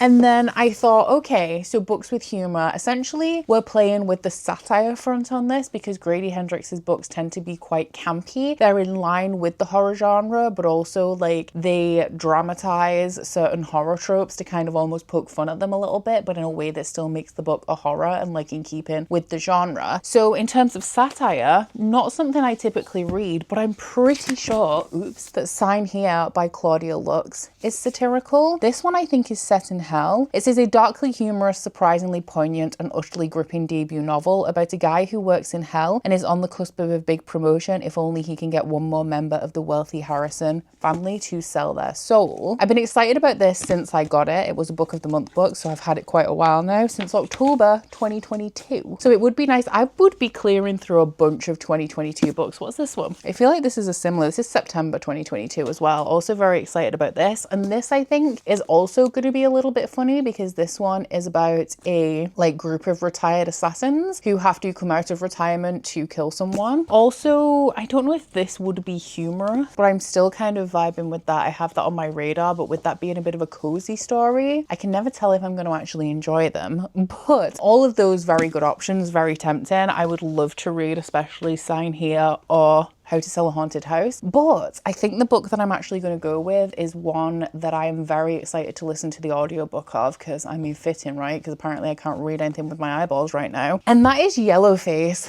by R.F. Kuang. So this one is, I'm pretty sure it is satire. I'm sure that it is. Wickedly funny, a firecracker of a book, darkly hilarious, a rollicking good read, darkly comic. I would say that this is funny and I'm pretty sure it is indeed satirical. I have a 50-50 track record with R.F. Kuang right now because I really don't like the Poppy War, but I did enjoy Babel. And I do very much want to read Catabasis, although I think the tone of that one is lighter than I expect. I was expecting it to be more tonally like Babel. And when I went to an R.F. Kuang sign-in earlier this year, I was getting the Fairy Loot edition of Catabasis, so I didn't want to pick up a different edition just for the sake of the signing, but I did want something signed, and so I picked up Yellowface. I'm pretty sure that this is not a fantastical story, and that's why it's published as Rebecca F. Kuang instead of like R.F. Kuang, and it is following a woman who I think steals her dead friend's manuscript and publishes it under her own name, but I think it's a white woman that steals her Asian friend's manuscript, and it is a satire about like cultural appropriation. That is what I've gathered from what I've heard about this, and also the synopsis. I've heard that the audiobook especially is really good of this, which is why I kind of had it earmarked as an audiobook for this month. Even before I got to this place where I can't focus on a physical book for the life of me, I have been listening to the Dungeon Crawler Carl series on audio, and I have read the first 3 books back to back as my audio for the month, because I normally at least have one audio that I consistently listen to throughout the month. And I'd already decided that I was going to pause after book 3 and pick up one of the other books that I already own that I'd like to listen to as opposed to read, this being one of of them. And with this being, I don't know what genre it is, whether it's just straight up contemporary fiction, my assumption of it is that it was like a little bit of a thriller almost.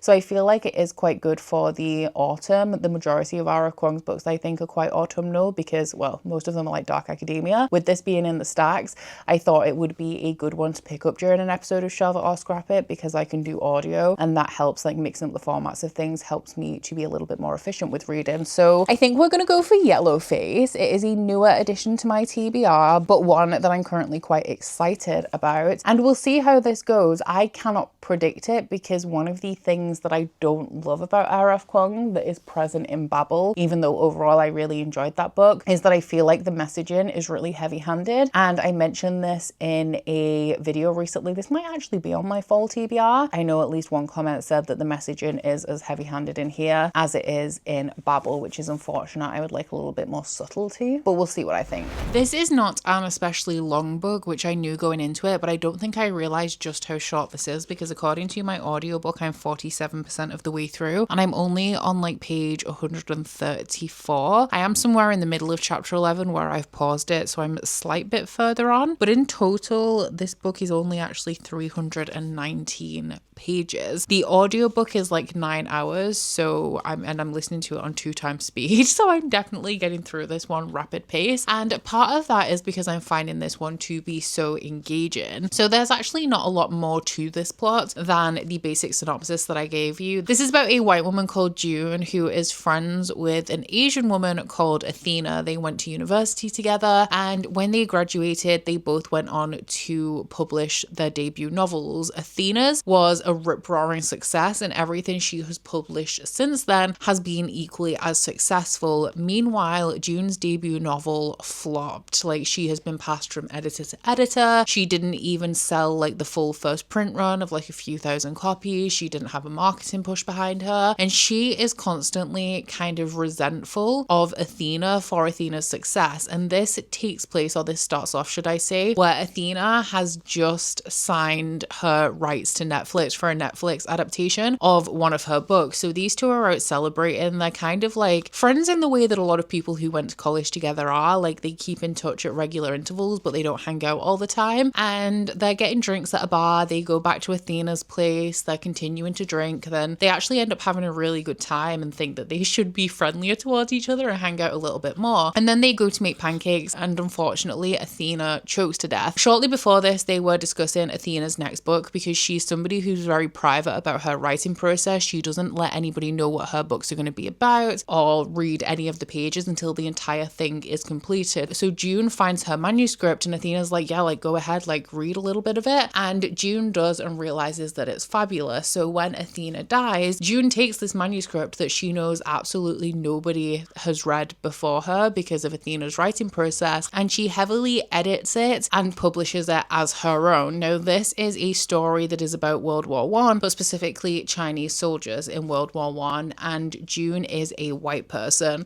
The publishing house that picks up this book rebrands her to be a little bit more ambiguous. They use her middle name, which is Song, as her last name, which makes it seem that she could possibly be Asian somewhere in her family lineage. We are in June's head for the entirety of this book as she's justifying all of her actions, all the way from taking June's manuscript to showing up at events and speaking to the Asian community and hearing like how important this representation of World War I is to them, who had family members that like fought in the war, to thinking about how she can continue to profit off the legacy of her friend because it's well known that she was there when Athena died. So people have kind of been celebrating her for being there, for trying to save her, sympathizing with how difficult it must have been to kind of watch her friend die. It's interesting because like I sympathize with her in terms of the fact that she wrote a book and it didn't do very well, and she's friends with a woman who is very, very successful, and that's got to be hard to have to constantly be comparing yourself, even when you're trying not to the people around you who are doing much better than you. Like, I know how that feels, but the decisions that she makes are going more and more wrong at every turn. The interesting thing about this that I'm really enjoying is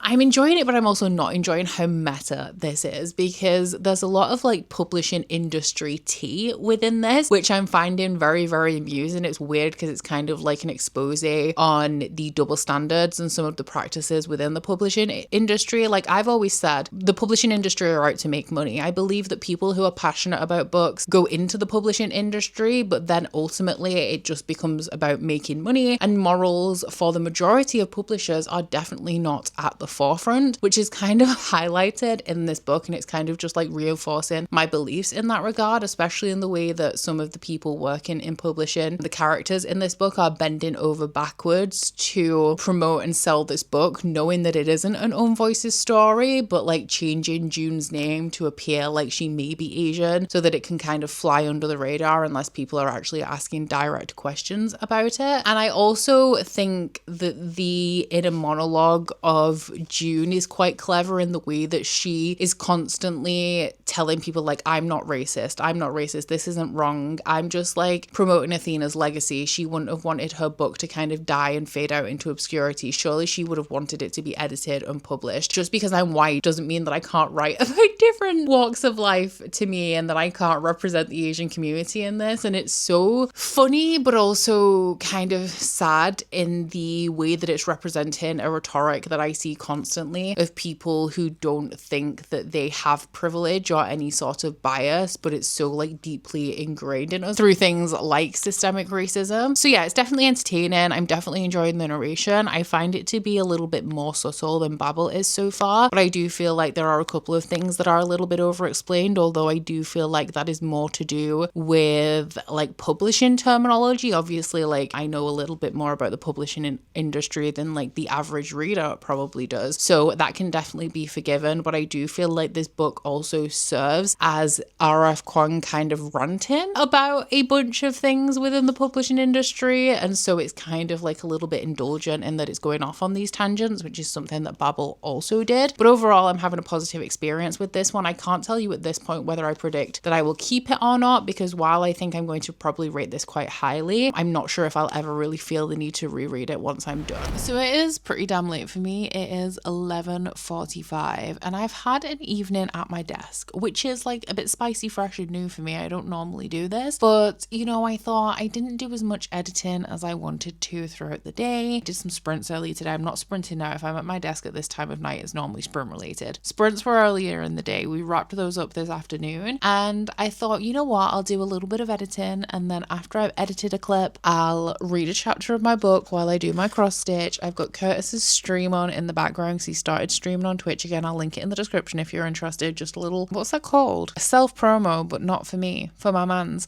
He has been streaming Rock Band, which is what he's streaming right now. Also Fortnite. We stream Fortnite together on Thursdays, in that like he's streaming it, but like we're playing duos, so I'm kind of there in voice if not in face. And he's also been doing Yu-Gi-Oh! Master Duel, I think, and he'll probably do some other things along the way as well. But I've had his stream on in the background while I've been listening to my audiobook and doing my cross stitch, which I'm actually also going to show you now, because I've done so much. Like, how, that's insane, because this was a bigger cross stitch than I anticipated. When I saw the picture, I was like, she's cute, she's simple, she's not very big. She's very big. So I'm really impressed with my progress on this, and it is honestly because I've been listening to so many audiobooks, but I've also been doing it while I've been watching TV. I'll put the link to this pattern in my description box as well if you guys want to check it out. The shop that I bought it from, they have loads of really cool ghost ones. I bought a bundle with 4 different ghost patterns in. Probably not going to get to them all now I know how big these actually are, but they also have like a frog one, a bat one. They've got 2 different bundles of ghost ones. So if you're looking for a spooky season pattern, would definitely recommend. And they also, I don't think they use very many threads, because sometimes you'll get something and you want to start it, but it's like, oh my god, I need to buy 50 threads. This one has 11, and I think they pretty much, for the rest of them, they only really go up to like 20, which is nice. Anyway, to the matter at hand. During my fun little evening of sitting at my desk doing all of my fun little activities, I have finished Yellowface. Now, I started this last night. I listened to 39 pages in bed while cross-stitching, and I have read the remaining 285 pages today, which explains how we have gotten to midnight, because damn, was this a compelling read. 100% agree. The audiobook is a great way to consume this. Like with the Southern Book Club's Guide to Slaying Vampires, the narrator isn't doing anything like crazy insane with the narration of this. It's not like, oh my god, what's the narrator called for Dungeon Crawler Carl? Jeff Hayes. It's not like Jeff Hayes level of performance, but the narration and the kind of spiral into madness this character goes through was perfectly narrated, and I feel like the narrator got the tone of this like really spot on. I actually really liked the main character of this book in terms of her being an entertaining character to follow, because at every opportunity she just took her actions to the next level in the worst direction that she could possibly take them. I really liked the representation of anxiety in here. I felt quite attacked a little bit because as things are kind of going south for June, she is receiving a lot of flack online and people are constantly criticizing her, tweeting her, calling her all of these awful things, and she ends up in this kind of like spiral of anxiety where she's trying to like fix the problem, which I am such a fixer. All I want to do is fix things and make them go away, and then when we come to situations that I can't fix, it really stresses me out because I'm like, what do I do? How do I fix this? And then I realize I can't fix it, and I'm kind of in this loop. And she makes a comment about doom scrolling and how like obsessively searching and googling and like looking things up somehow makes it better, even though the thing that she's doing is actually feeding her anxiety. And I was like, damn, if that is not me.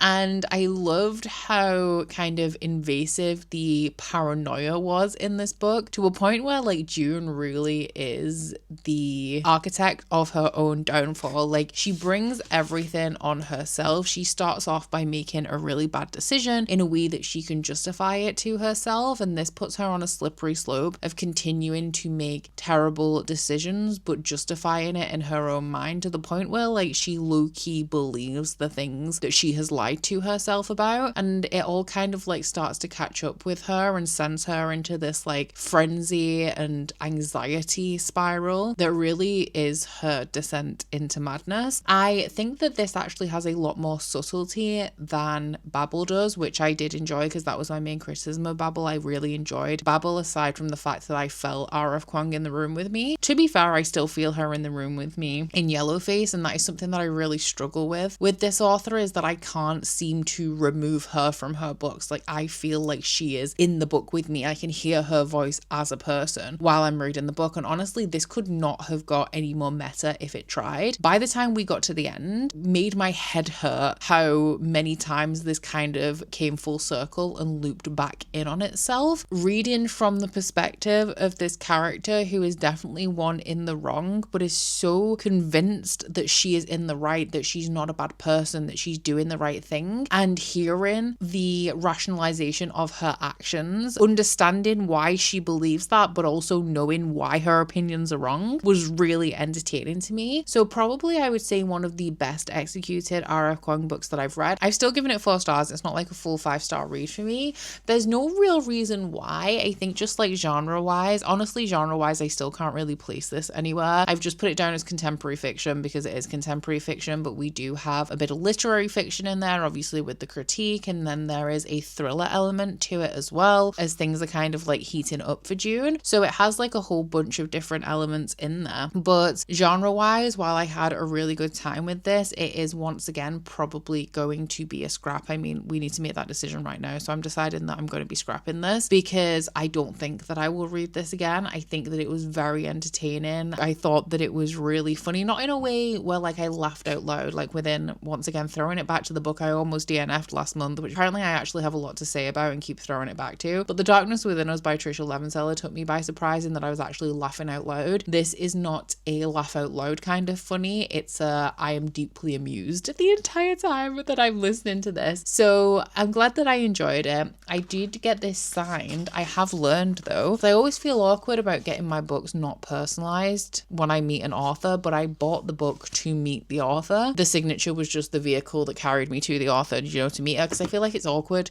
I mean, you're perfectly entitled to just go meet the author, but I feel like it's awkward if you don't have a book. So I essentially paid $9.99 to meet R.F. Kuang just for the benefit of meeting her. She's pretty cool though. I enjoyed her talk. But yeah, that means that we are once again not going to be shelving anything, so we can go straight to the Spookopoly board to pick what is hopefully going to be our final book for this video. But knowing my luck, I'll give it 5 stars, want to shelve it, and we'll be here for the rest of my life. Okay, we had to have terrible lighting at least once in this video, but we read Yellowface for the Grady Hendrix prompt, and roll number 7 is a 7. Oh, Stabby. What a perfect way to round this out. This is a book that encapsulates like the stabby side of spooky season. So spooky is like spooky cute, cozy stuff, or like autumnal romance. Spooky is horror. Stabby is more along the line of like your thriller genre. Perfection. I just checked my Spookopoly guide for some extra clarification on this prompt. I obviously know what it means, but I wanted to know what other suggestions I gave. So I know I put it on the board with thrillers in mind, but I did give other ways that you can fulfill the prompt. And the specific examples that I used was like grimdark, true crime, or thrillers. It is also open to interpretation. I really don't know which way to go with this, because honestly, I was kind of in the mood to read something with my eyeballs, you know. I was maybe, don't go crazy here, but I was maybe thinking about picking up a fantasy, because I am aware that every fantasy I've tried to pick up in this video I've DNF'd, and everything that I've finished is a like thriller or mystery novel of some sort, which the horror, which is Grady Hendrix. Speaking of, I know, I guess like How to Sell a Haunted House would very much fit into the spooky element. I do feel like we could go with, and I did think that this might be a good shout because it's a little bit different genre wise. I still think it's going to be humorous, but I guess this is more like contemporary fiction. Sometimes it says what genre it is in the Book of the Month subscription, but this is the one about the assassins that are coming out of retirement to complete a job. We literally have a knife on the cover, so it's perfect. I could go down the true crime route, and I could pick up The Fact of a Body. I'm trying to think of anything else that like strongly features murder. I feel like this is more spooky, even though it does have a like death in it. We could of course go for The Paris Apartment by Lucy Foley, which is a just general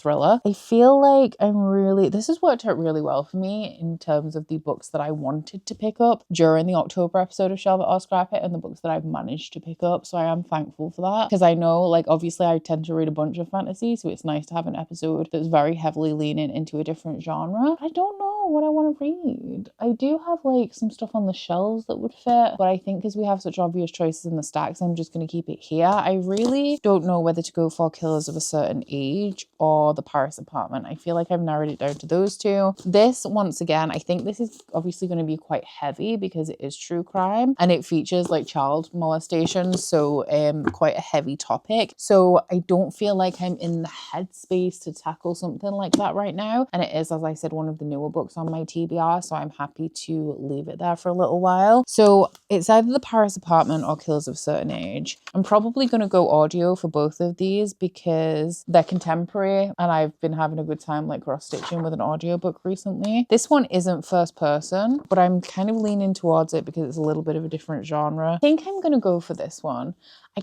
I might sample the audiobook of both of them and then make a decision, because I haven't heard anyone kind of recommend this, but I know that that's a first-person thriller, which is super easy for me to listen to in audio. So I think I'm going to try this one out, see if it is doable, and if not, we will go with The Paris Apartment. But this one, as I said, is like I'm assuming like a humor story about a group of retired assassins who, for whatever reason, have to come back together to get a job done. It is very different for me, but it sounds like kind of cute and intriguing, and I feel like it is a good fit for this genre, but something a little bit more lighthearted. So we'll see how this one goes. I am chilly. It is my own fault. I mean, partially it's that, you know, we're in autumn, winter is setting in, things are getting cold. I love it though. I love being like cozy and curled up. We're tucked up in a blanket. I've been doing some reading, been doing some editing, and I have made it 100 pages into Killers of a Certain Age. And guys, this is the best book that I've read for this episode. So I was going to say so far, but it is the last book that we're reading, allegedly. We'll see what I do with this one because I'm enjoying it so much, but I'm having an amazing time. And I didn't know that Deanna Deanna Rayborn was the author of the Veronica Speedwell series. And that is because like I hear people talk about that series all the time, but these are like books that I've assumed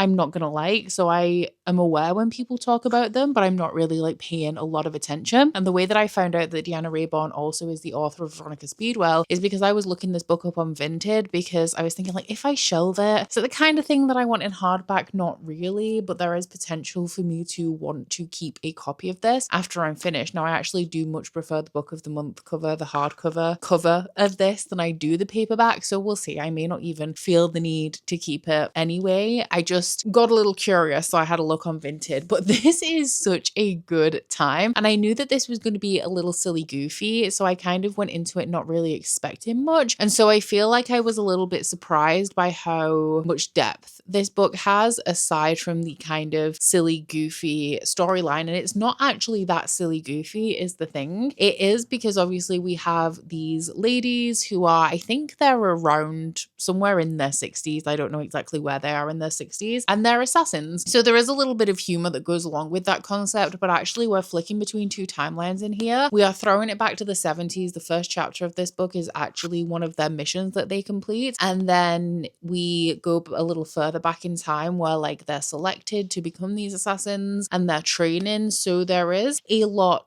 more to it than a fun plot line of like pensioners taking out people who are trying to kill them, because they talk a lot about the people they've lost along the way. So one of them especially has lost her husband and she's quite broken by this. They're all feeling their lost youth. And the premise of this book is that they've received a letter that it is time for them to retire and they've been given this cruise. So when they were recruited by this woman who was like an iconic spy back in World War II. They have decided that they want to put together the first group within this organization of female assassins. So these 4 girls, I'm assuming they're in like their early 20s at this point, are chosen for this. And they have worked together for the last 40 years. So they have received the notice that they're going to be disbanded, they're retiring, and they've been given a cruise to kind of celebrate their commitment to this clandestine organization called the Museum, which is, it's actually a little sad because I feel like the museum has turned on them, but the museum was designed to take down fascists. Like after the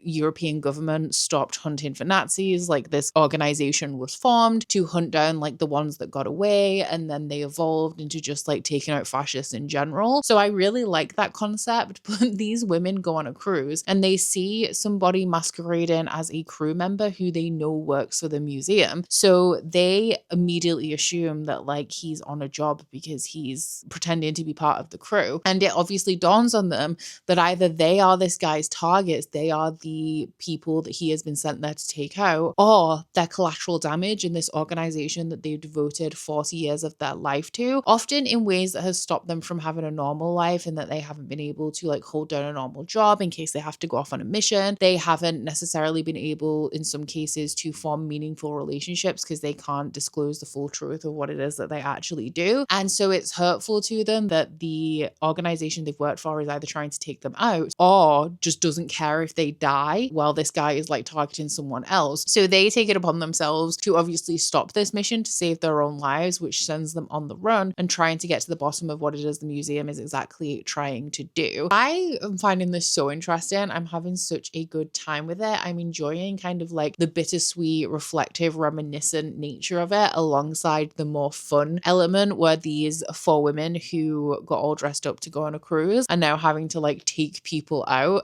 even though they have like back pain and knee pain and their boobs are drooping, which yes, they do talk about, and they're a little bit past it. So very, not pleasantly surprised because I was interested in this. I just truly have not read anything like it, so I didn't know what to expect. And who knows, maybe like the Veronica Speedwell series, the Vera Wong series, maybe they're for me. Maybe I've unlocked a new genre for myself. What is this genre? Because I don't think it's cozy, because like the stakes, like there is a plot and the stakes are kind of high, but it's not like super intense either.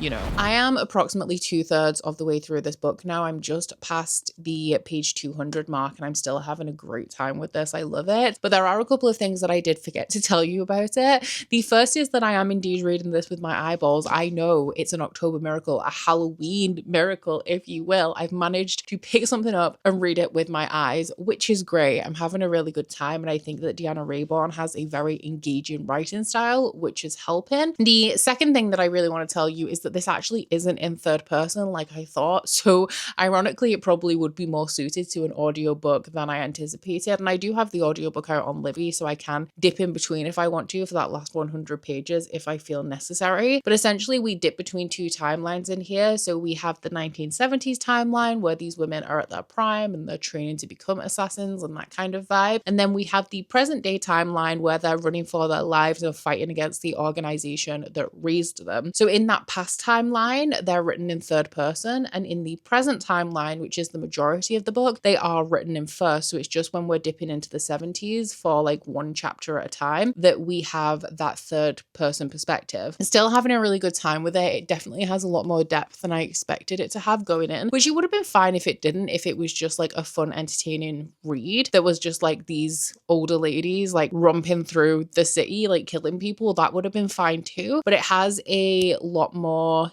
to it than I anticipated, and I think that is why I'm enjoying it. The tone of this as well, while it does still have a great deal of levity and humor within it, it's not as funny from like cover to cover as I anticipated, because we do have those slower, like more serious moments that I'm really appreciating. I don't think though, because I actually looked into the Veronica Speedwell series because I'm enjoying this so much, I still don't think that one's going to be for me, because I forgot, because I think Riley Marie really likes that series, and also Meg from Meg with Books, and I think it's like a historical Victorian specifically detective kind of story. The Victorian era really doesn't work for me, so I don't know if I could handle like Victorian and mystery like side by side, because I am liking that this is quite modern and like the attitude of the characters. But maybe if I stumbled across like Veronica Speedwell in a charity shop or something, I would maybe pick it up and give it a try, given how much I'm enjoying this. And the sequel to this has been published as well. I don't know how many books are going to be in this series, because this one was actually written quite a while ago. I think it's a 2022 publication, and the second book has only just been released this year, but I am thinking about picking that up off the back of this. But we'll see what my final verdict is when I finish. So I finished Killers of a Certain Age this morning, and without a doubt it is the biggest success of this vlog. I've rated it like a 4.5 to a 5 because I think it definitely deserves 5 stars in that it's executed brilliantly. I think it achieves everything that it's supposed to for a book of its kind, and it even took me by surprise because, like I said, I expected it to be a lot lighter and funnier than it was, but it is kind of balanced out with more serious, like wistful, bittersweet moments throughout here. But then I'm thinking more along the lines of a 4.5 because in terms of me as a reader, this one is probably one that's not going to stick with me for a really long time, though my enjoyment of it will make it, you know, like hang around in the old noggin for a little bit longer. So it's somewhere, I'll probably rate it a 5 on Goodreads. Whether it makes my favorites of the year, we'll see. Honestly, it is a strong contender though, because I don't really have that many favorites of this year so far. There was actually a romantic plotline in here as well, which I really loved, considering it was by no means the main point of this book and was only really focused on for, I want to say, maybe 2 chapters of this. I was sold. I was shipping it. I was rooting for it. And I also loved the kind of, once again, bittersweet, wistful notes that we got regarding that romance as well. It's so funny because I'm kind of over romance at the minute. Saying that, I am kind of in the mood now to move on to something more fantastical or romantic-y, but something that had such a little kernel of romance actually really worked for me, where I've been reading whole books that are dedicated to romance and I just really don't care about the couple at all. Sometimes you can do too much, you know? This is definitely more on the understated side. So now I'm in a little bit of a dilemma because I didn't want to keep this book. Even if I enjoyed it, I wanted to get a paperback of it and a paperback of the sequel. However, there is currently no paperback of the sequel out, and the only, well, there is, but it's an international edition. So if I bought the UK edition of the sequel, the international edition wouldn't match. So I think what I'm going to do is I'm going to keep the hardback of Killers of a Certain Age and shelve it, and then see what I can do about picking up the sequel in hardback as well. Not the kind of story I usually prefer to have in hardback, but I do actually prefer the covers of this in comparison to the UK paperback, and I also really like the sequel cover and how that matches. So I think we're going to do something along those lines. This reminds me a lot of, I haven't watched these movies, okay, let's start with that, but you know there's like a popular almost genre of movies that's like older actors that are having to kind of get back in the game, and it's like a comedy almost because they are a little bit older. This book fits in that genre. Like if this was a movie, I would be totally sold and I could totally see it happening. Like Helen Mirren in here, yes please. So if you are a fan of that genre of movie, of which I cannot think of a single example of right now, wasn't there like an Ocean's movie? I'm gonna look at Miss Helen Mirren because I'm sure she has been in a movie that is of this genre. Is it Red?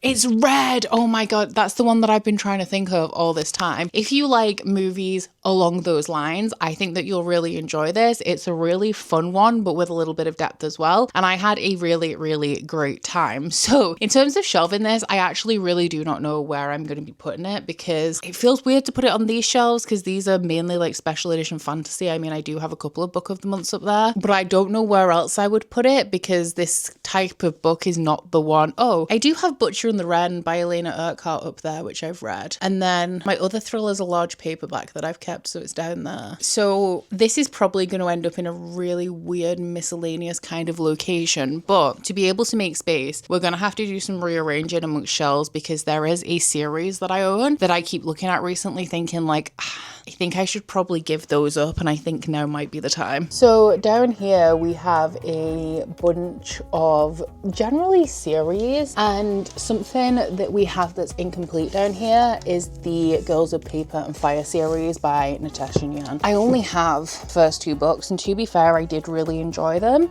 but I read this one quite a bit after this. I should have like reread this to read this one, and now it's been so long since I read this one that I would have to do the same for book 3. It's also been so long since these books were released and I haven't picked up book 3 that sadly I just don't think it's likely that I'm ever going to, and I'm keeping them here being like, yeah, I'll reread them, I'll carry on. I don't think I'm going to, so I think we're gonna unhaul these, which leaves me a significant gap here. One of the things that's actually really put me off on hauling these recently is like I want a duology, because most of the books down here I've either read or by authors whose books I've read. So like I've read Strange the Dreamer, but not Daughter of Smoke and Bone, so Daughter of Smoke and Bone is down there as well. And I can't find any authors where I have just a duology by them, because if we take it like over here, the most notable duologies I have is like this, but I don't have space for this as well. And then like down here, I have these, but then I don't have space for this as well. I could put the 2 Margaret Rogerson books there because I've already unhauled Sorcery of Thorns because I didn't like that one. And I have still yet to try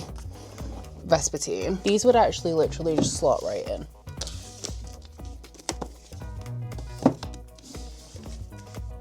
Oh, we got a bit of wiggle room in there as well, which is nice. So this is the shelf that I was talking about that's kind of miscellaneous. We have the Butcher and the Wren here. It's not ideal because these books do get a little bit of sun from the window. I need to put up like UV film, but I haven't. So I feel like this is the kind of place where I would put like the Butcher and the Wren, which is a book that I enjoyed, but I didn't love. See how much that's faded? Because it should be bright yellow. And it's just not. Oopsie. So I'm looking to fit over there authors whose names begin with like anything between M and S, A. So I could put If I Have to Be Haunted and Forest Grimm, which means I can then put Killers of a Certain Age in here. These really frustrate me because I actually don't want to keep that one. And I didn't buy the 4th one, but I feel like because I have 3, I should keep them all. But I only want these 2. I don't know, we'll deal with those another time, but we have quite a substantial gap here to fill now. First off, let us put Catherine Purdy in there. And then I'm gonna have to move The Last Wish, which luckily is only a slim one. I shouldn't have picked this book because I actually have to move a lot more up than I expected to. If I Have to Be Haunted will fit nicely in there, still with a bit of wiggle room. And then a random book from the stacks to move upwards. I'm gonna go for Dragon Rider, which will actually go nicely right in there. Sorted. So in conclusion, for episode 19 of Shelve It or Scrap It, we got through like 9 books in total, I think. 7 of them were the books that we attempted to read for this episode. I actually finished 5 of them, only DNF 2. All of the books that I completed for this episode were actually of a different genre to my usual. So I feel like I was definitely successful with going for the spooky season themes for October, because of the ones we read, I had like 1 horror, 1 contemporary / thriller kind of situation, a mystery. I don't even know what I'd call this. Also contemporary fiction, maybe? I need to think about that a bit more. And then we had like 1, well actually this is a thriller but with like a bit of a paranormal edge. All definitely suitable for the season though, which is what I wanted. So of the 7, I did of course just DNF 2, which were the 2 fantasy ones I tried. I'm fine with DNFing these. I know that the main reason I DNF them is because of my headspace, but I don't feel bad about it and I don't feel any guilt or overwhelming need to go back to them, which lets me know that I made the right decision there. And then of the ones that I actually read, I'm going to be scrapping 3 of them, so that's 5 books scrapped in total, and shelving 2. Now I am going to be honest, like when we did that episode where I read from authors that I had more than 1 book by, I didn't count the books that came off the shelf and went back onto the shelf as shelves because they were already shelved to start off with. So really only 1 of the books. What is that? A tank? So only 1 of the books that I read was a shelve, and then we also had 2 additional shelves from the stacks where I was making spaces where I could fit other things. So in total for episode 19, we have 5 scraps and 3/4 shelves, depending on what you want to do about the Southern Book Club's guide to slaying vampires, resolving 9 books in total. My favorite book of the vlog was definitely Killers of a Certain Age, followed up by the Southern Book Club's guide to slaying vampires. And we are going to be ending this episode with 30 books in the stack. So for the next episode, we're still going to be resolving July and August. Like I said, we're going to be doing those 3 smaller episodes, so the next episode will also have 7 books. We're actually not going to be adding too much to the stacks in between the episodes as well, because in September, which is the haul that I'm going to be adding, I only actually hold 3 books because a couple of them that I hold, I have unhauled for various reasons, which I'll talk to you guys about in some video, maybe my unhaul video, whenever that comes. But this is all that we're adding. So we're ending this episode on 30 books. We'll be starting the next one on 33. I am pretty much going to be starting the next one immediately as well. But I don't know at this point whether I'm going to continue on with the theme of Spookopoly, because we still have quite a bit of October left, or whether I'm going to mood read and just read what I want from the stacks, or maybe tackle some books that I know have been on my shelves for a long time that I'm thinking of unhauling. We'll see. Maybe I'll put a poll up on Instagram. But that concludes episode 19 of Shelve It or Scrap It. So I do hope that you guys have enjoyed it if you've made it this far. I tried to make the episodes a little bit more manageable by reducing the number of books, but we're still, I think, just over the 2-hour mark, which honestly is pretty manageable in comparison to what we've had recently. But I do hope you have had a great time if you've made it this far. If you have, please don't forget to like if you liked it, and subscribe if you wanna, and I'll see you guys next week. Bye! Oh, you bite your friend like chocolate. You say you will go where nobody knows, with guns hidden under our petticoats. We're never gonna quit it, no, we're never gonna quit it, no.